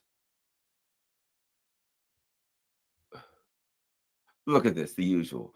Biden given options for potential U.S. attack on Iran's nuclear facilities, right? So this is that by the Jerusalem Post staff. And there you see a couple of psychopaths, right? Well, one of them is brain dead and the others, Biden with Jake Sullivan. Now, let's start here. Last time I checked the Constitution, you can't do that. President can't start a war, I was just sitting around, you're the president, the other day, and I was thinking about attacking a country, no particular country. So I called my advisors and said, hey, you got a country I could attack? And they said, Greenland. I don't know what the hell, Greenland ain't a country. We could always attack them. Let's see, Slovakia, maybe, I don't know, Vietnam. Here's a list of countries. Let's start with the A's. Aardvarkia, right? You can't randomly attack countries. Only Congress can declare war. So for starters here, these criminals are saying, you know what? We don't care about the Constitution whatsoever. The American people, might I add, have voted against more war. Donald Trump came in and he says, hey, now, not that he'll do it, but Donald Trump did say, not all that long ago, I'm going to end the wars in the Middle East, and I'm going to end the wars, the Ukraine war, but the Ukraine war will be more difficult. Let's not talk about whether or not he'll do it. It was Trump rhetoric. We don't know what the hell Trump will do on a given day. He's so unpredictable. But my point is this: the American people clearly have voted against more war. They don't want more war. That's a given. Now we know the Biden, the Fourth Reich, of which Biden is right now, his regime is the leadership. Could care less. But so that's what we're looking at. Number one, the American people have voted against more war. The Constitution says that the president can't start a war, that you have to go through Congress, and Congress has to declare war. And the Biden's like, yeah, who should we attack next? So he's talking about a criminal act against an unconstitutional criminal act against international law and against U.S. law, which is what all Bidens do. Look, shipping these weapons to Israel, which a country, which is not really a country, any more than my hand is a separate part from the rest of my body, right? Oh, Garland, is his brain controlling his hand, or his hand controlling his brain? I'm sorry, but the two are inextricably linked. Is Israel controlling the U.S. or the U.S. is controlling Israel? Well, you're confused right off because you think there's a difference between the two. Israel is an appendage. It is a tool that is used by the Fourth Reich. That's all it is. It is a tool. It's not even the Fourth Reich. It is a tool used by the Fourth Reich. Okay, but my point being, the Biden administration is talking about attacking a sovereign country without going through Congress in a way that could bring disastrous results. What happens if they say we're going to attack Iran, and Iran does maximum retaliation and says, well, in that case, we're going to flatten every U.S. base in the region? What happens if Russia and/or China says, hey, you can't attack them, we're going to help them, and you go to World War III? And Joe Biden never, ever consulted Congress as the Constitution requires and asked Congress to vote on starting World War III. So that's where these lunatics are. Number one, someone down there says Trump will never take office. I'm not convinced that Trump's ever going to is going to make it to January 20th alive. If Donald Trump is smart, he will hide in a bunker, and when he has to swear the oath of office, he'll do that via video. Yes, we've got Donald Trump via video feed. Donald Trump, will you be president? Yep. You coming out now? Nope. I'm just going to stay here, right here in this underground bunker, and I will run the country from here because let's face it, if I come out, there's going to be a whole bunch of Ukrainian former military guys wandering around on the fifth hole of Mar-a-Lago waiting to do me in. So anyway, so the Biden psychopaths are like, hey, let's violate the law and attack Iran. Whether they'll do it or not, we don't know. But let's go to South Korea. You want to see real madness and criminality. What happened in South Korea? For any of you who haven't watched my video with KJ No, I've got 2 videos with KJ No, and he clearly explains what's happened in South Korea. And let's talk about this lunacy. Be very brief for those who don't know the story.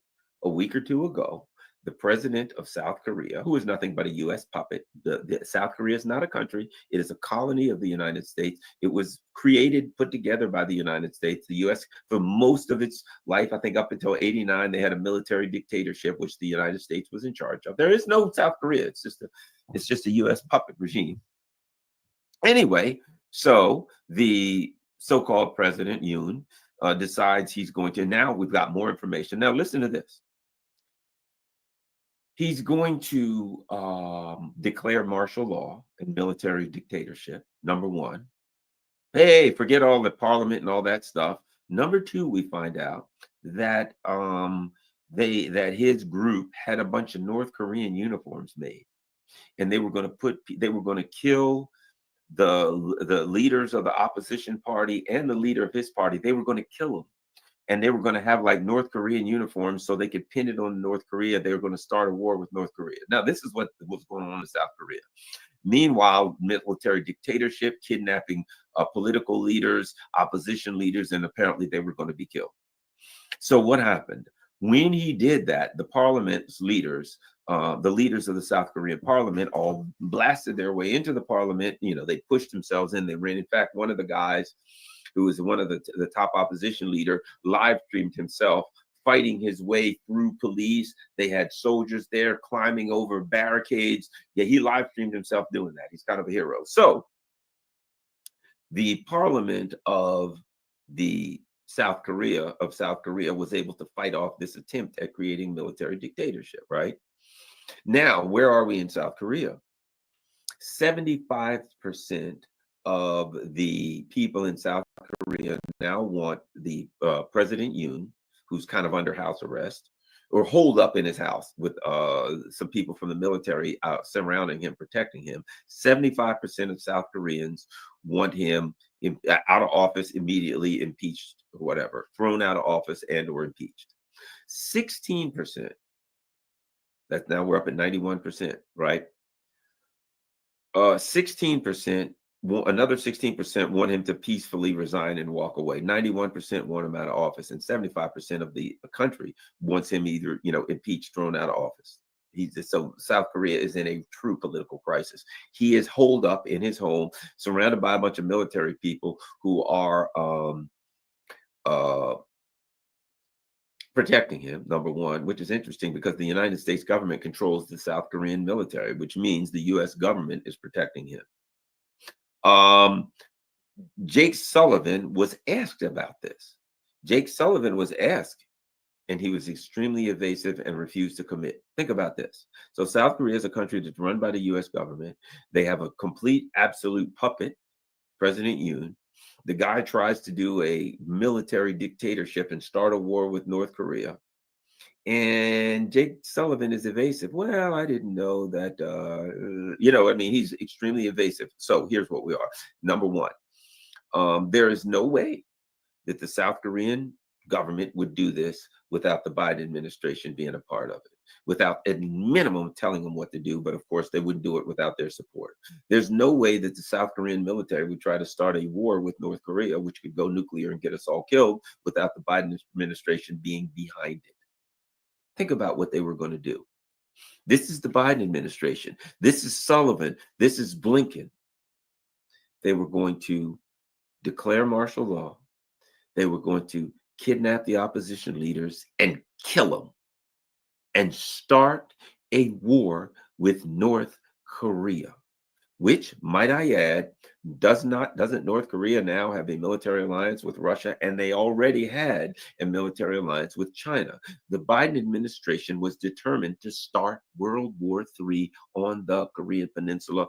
It is now proven beyond a reasonable doubt to a moral certainty. Okay, so now, of course, the repercussions, since it didn't work, you know what's going on now. The Korean opposition are saying, we need to get this guy out of here. We need to impeach him, lock him out, whatever, and have another election.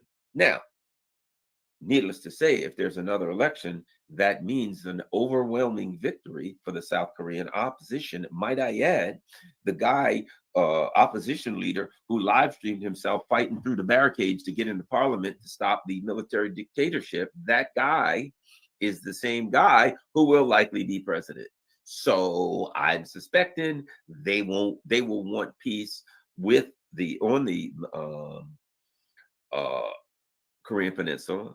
That I'm also suspecting that the relationship between the colony of South Korea and the United States has been irrevocably damaged, irreparably damaged.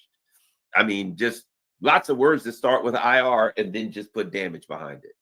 Bad news here. So the U.S. has a puppet client state that Now, I don't know how well they can keep that client state. The only way they could do it, the only way the U.S. is going to now be able to keep South Korea is to take the mask off fully and just say to South Korea, look, let's stop pretending that you're a democracy or an independent state. You will do what the hell will tell us, and we're going to send a viceroy like the old Brits used to do. We'll send a governor. We'll send a viceroy to run you. That's all the U.S. That's the U.S.'s option. And then see what South Korea does if they try to fight it back. Or what are the U.S. going to do? Are they going to attack South Korea if South Korea says we don't want to go along with a U.S. viceroy running our colony?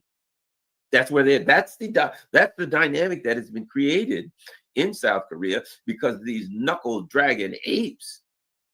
And I apologize to actual apes, but these knuckle dragging apes in the Biden administration decided they were just going to go in and use South Korea as a tool to start World War III. And the South Koreans kind of figured it out really quick. So my point being, when I say the Biden regime goes full psychopath, hey, let's violate the Constitution, start a war with Iran and possibly Russia and China. Oh, by the way, hey, I got a better idea. Let's declare martial law, murder opposition politicians, false flag with do a false flag with North Korea and start a war there. And then we'll see how this thing shakes out. I mean, think about it. Donald Trump, think about this. A president won. Generally, the incumbent party, their job is to set the table for the new president. The incumbent party, their job is to say, look, you're coming in President Nixon, as it were. And what do you need? We'll get things straight. We'll clean up the White House. We'll take our dirty laundry out. And we'll do all that we need to do to prep for you. Here you go. Here's the keys. Here's the steering wheel. Here's everything. Have a nice day. We're going to go build a library or something. That's actually their job. What is the Biden administration doing? They're spending their last couple days at war with Donald Trump. Realistically, it's not the Biden regime. It's the neocons. It is the deep state, the Fourth Reich. So right now, the Sullivan, Blinkens, Bidens are the Fourth Reich leading edge, right? They are the people who the Fourth Reich is like, okay, you guys are still in charge. Here's what we need you to do with the war on Trump. But we got to stop Trump. He might do something we don't want. That's all they are. So the war on Trump will continue if Trump is fortunate enough to get into office. It will continue. And the Biden regime will be out, but their surrogates will be in. And might I add this, man, they got to worry. They got to worry. They got to worry really, really bad because you got an angry Trump. And one more thing is happening. Let me see if I can find this. And this is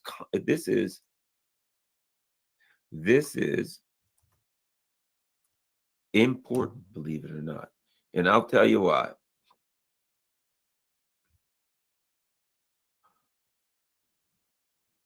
This is important. And I will tell you why. Look at this. Judge orders Trump to be sentenced in a hush money case on January 10, but says he won't be incarcerated. Right? This denied his bid to dismiss the case, said he'll sentence him on January 10th before his inauguration. Right? He says Trump can appear in person or virtually, and then he won't order Trump jailed. Right? So why is that important? Because if Trump wasn't pissed before, if he wasn't mad enough, if he wasn't angry enough before, this is really gonna piss him off. You talk about beating the hell out of a hornet's nest, walk by with a broom and hit a hornet's nest, wham! And the hornets are out everywhere, and you're like, I don't think we hit that hornet's nest enough. Hand me that broom. Whap, whap, whap, whap, whap, whap, whap. And you beat the hell out of that hornet's nest. Trust me, the hornets will come out and they ain't going to be real happy. Not going to be in a good mood. They're not going to be in a mood to negotiate. They're going to be in a mood to penetrate their stingers in your epidermis. Okay. So here's my point. 10 days before Trump goes in, if you look at the cases against Trump, they were absurd. They were ridiculous. They were preposterous. So Trump allegedly had an affair with a porn star. And he gave her 130 grand to keep her mouth shut. They're adults. They're adults. And trust me, what I know about DC and the circles in Washington, DC, if it's illegal to do things like that, there wouldn't be nobody left in the halls of power in DC, right? At least she was of age female. You know what I'm saying? She was a grown woman. Trump was a grown man. Hey, we do this, I give you this. Fair enough. She made a decision. He didn't rape her. And in the end, it's like, hey, I don't want my wife to find out. What'll it cost me? 130 grand. Piece of cake. Here, give it. You know, and he says to one of his assistants, give the woman her money. That ain't the first person that that's happened to. And that's not a rare occurrence in the halls of power, believe it or not. I'm not taking a moral position on it. I'm just being real here. Do you remember when, what was the pizza guy, Mr. 999? And he's running for president, and all of a sudden it comes out that he had a very pretty woman, shockingly, right? He had this pretty lady girl on the side, and he like paid all of her bills, and he took her on vacations, and he gave her loot, right? And he was worth many, many millions. And then they talked to his wife, and she was like, right? Why? She knew the deal. She was married to a man worth tens of millions of dollars, and he was in the halls of power. She knew what came with that. And she wasn't shocked. Hey, your multimillionaire husband has some hot babe on the side, and he's paying her bills. Yawn. She probably like, yeah, I don't like it, sure. But I knew when I married this dude how the game is played, right? It is what it is. Everybody in the halls of power understands that. Trump's got loot. It's just the way the game plays. You know what I mean? As the old saying, don't hate the player, hate the game. Okay. And then now the Democrats are going to suddenly go high and mighty and say, oh, you can't do that because you're trying to interfere with the election by trying to keep her mouth shut. Trump's like, no, I just didn't want my wife to find out. Come on. And then Trump, and then to the end, Trump had to say, I didn't do it, didn't touch her. Why? You don't want Melania. He'd go upside his head with a doggone, it could be embarrassing for her. She probably wouldn't do anything. She knows the game too. But I'm just saying, he doesn't want to embarrass her. Whether it's Trump or the 999 pizza guy, they know, and their wife knows the game in the halls of power. The rich guy can go out and do his dirt. He can fill some pockets with money so that people keep their mouths shut and everything goes smooth. And he just doesn't disrespect his wife. He doesn't bring it in front of her. He doesn't get it in the news. Right? Don't disrespect her. Don't make her look bad. Everybody knows you're a millionaire, and everybody knows you're very, very rich, and you're going to do the things that these guys do. But and she knows when she came along what's what. And Melania knew she was a trophy wife. The last trophy wife was gone. Your turn. And he knew that she knew what comes along with trophy wifeism.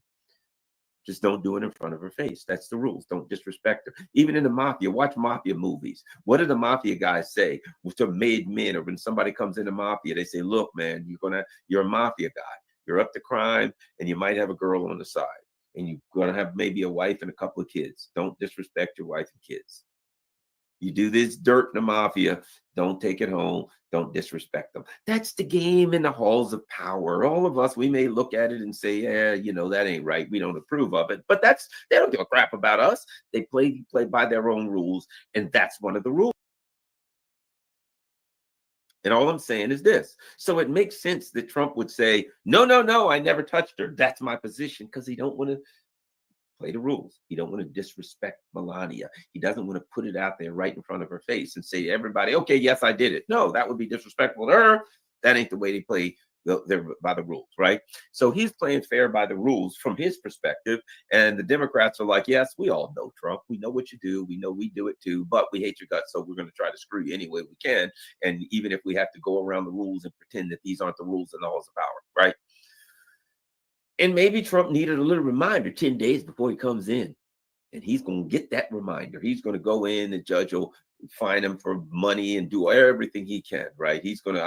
Now he's already said Trump's not going to go to jail, but he's going to disrespect and embarrass the president 10 days before he becomes the president. That's like some guy's a werewolf, and an hour before the moon comes up, you beat the hell out of him. Let me tell you something. In an hour, the moon's coming up, and he's might be in the mood for revenge, and he'll be a werewolf, and you won't be. You're gonna get torn to shreds. It's coming. Don't disrespect the werewolf guy an hour before the moon, before the full moon, or you're gonna pay a price. And don't come after the president and piss him off 10 days before he becomes president. He's going to he's still going to be seething when he takes office. If he takes office, as I'm with you guys, we'll see that. But let's just say he takes office. He's going to be seething, and he's going to bring his people, Cash Patel and you get in here. And there's going to be pictures. Here's a picture of Lincoln, Biden. Now, we already know that Biden has to pardon everybody he's ever come in contact with, everybody in his regime, Liz Cheney's, all that, the whole January 6th committee, they're all getting pardoned. He's pardoning everybody because they're criminals. But I think that what Trump will probably do, maybe I'm wrong, we'll see. He could just drop it all, but I'm throwing this out there. I think that Trump will probably say, yeah, well, okay, even though they can't be charged, let's investigate him anyway. Now, here's Sheila H. This is hilarious. I got to show you this. I got to show you this comment. No one is above the law. Oh, Sheila. I love you, Sheila. Thank you for supporting the channel. It's absolutely wonderful. I am so happy to have you here. But I just have to say, Sheila, you're a tad bit naive. If you think no one is above the law, you don't understand how things work in Washington, D.C. at all. But I can't be mad at you. I mean, if somebody says no one is above the law, at that point, I can't be mad at them. How can you be mad at someone? Because maybe they mean well. They're just so naive. The law is not for the ruling elite. The law is for you to create the false, what can I call it? A false paradigm that we have order and law, and that some people are held accountable, and that the rich are held accountable for the law, just like you. Sheila, that ain't the game at all. Have you forgotten the Reddit GameStop scam, where a bunch of people on Reddit got together and figured out how to manipulate the price of GameStop and make a lot of money in the stock market? You know why they did that? Because that's what the billionaires and the rich people do. They manipulate the price of stocks and make a fortune. So a bunch of schlumps like us got together and figured out how to do it. And when they got together and figured out how to do it, the market looked at it and said, they're making a lot of money. And it's illegal for us to freeze trading on that stocks. They can't do it. The law clearly sets forth the standards for when they can do it. The law says you can only stop trading if this happens, this happens, this happens. That's the law. Remember, Sheila, no one's above the law, right? And a bunch of schlumps like us had figured out how to make a lot of money, and they were manipulating the stock and making a fortune. And remember, the law says that the people in charge of the New York Stock Exchange couldn't shut it down, according to the law. Just because a bunch of everyday schlumps have figured out the game and they're making money just like you do, don't matter. No one's above the law. You can't shut that down. What do you think the stock market people did? They shut it the hell down. They didn't care about the law. The law said they couldn't shut it down. And they shut it down because they are above the law. They don't care about the law. The law is something they can use to drive you into the ground, to take your property using eminent domain or whatever they want to use. The law is for the super wealthy, powerful oligarchs to do any damn thing they want to and use it against their enemies. But when it comes to us, We ain't allowed to manipulate the stock market. The law said they couldn't shut down trading for GameStop, clearly. And they shut down trading for GameStop. Why? Because someone is, in fact, above the law, the ruling elite. So the idea that, oh, but Trump's not above the law, that implies that you think they did it because they wanted to enforce the law. You think they were like, hey, I think Trump may have violated the law. Perhaps we need to set things back, right? Because we have a democracy and we want things to work quite well and ensure that no one is above the law. Do you really believe that's why they charged Trump? No, they charged Trump because he was running for president and they wanted to stop him from running for president. And they charged him with everything but mopery on the high seas so they could stop him, clearly. What do you think? After Trump won, they started dropping it. All these cases started to go away. They were like, hey, Trump won. Okay, well, we're going to dismiss this case in Washington, D.C. And let's rule on this case in Georgia so that one goes away. What do you think? That was serendipitous? That after Trump won, all of the cases started to go away? And now the judge is like, yeah, I'm going to sentence Trump, but he won't go to jail. What is the sentence going to be? $1 and 5 minutes probation. They ain't going to give Trump nothing. No one's above the law. You watch the sentence. It will be buckpuss. It will be a bagel. It will be a zero. They ain't giving Trump nothing because they're scared to death of him. And they know good and well that they're already beating a hornet's nest up. And they're going to try to get out of it. They're going to, all right, Mr. Trump, we found you guilty. Trump's going to say, what are you going to do? What would you like? I could use a tuna sandwich. Yeah, that's it. Want some chips with that? Yeah, and a Coke? Fair enough. How about some fries? We know you love McDonald's fries. We saw you in a fry cook outfit. How about some fries? Trump will be like, yeah, all right, we sent you to a tuna sandwich. What do you want on that? Lettuce, tomatoes, and how about some pickles? Good enough. And chips, and throw in some fries in there. Somebody went out to McDonald's to get this guy. Yeah, where are you going to get the chips? Okay, yeah, we get the fries from McDonald's. All right, Mr. Trump, you are found guilty, and your lunch will be served shortly.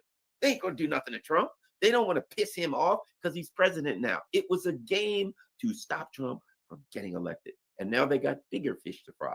And they ain't tuna. The fish to fry now is the Fourth Reich, also known as the Deep State. Now we're scared to death that Trump's going to try to stop a war somewhere or do something they don't want him to do. Or God forbid, they're pissing him off. He might start looking into what the FBI is doing and find out that on January 6th, there were like 10,000 people out there and 9,000 of them were FBI agents. I'm being facetious, but you get my point. God knows if Trump starts looking into Russiagate, I'm hoping he does, but who knows?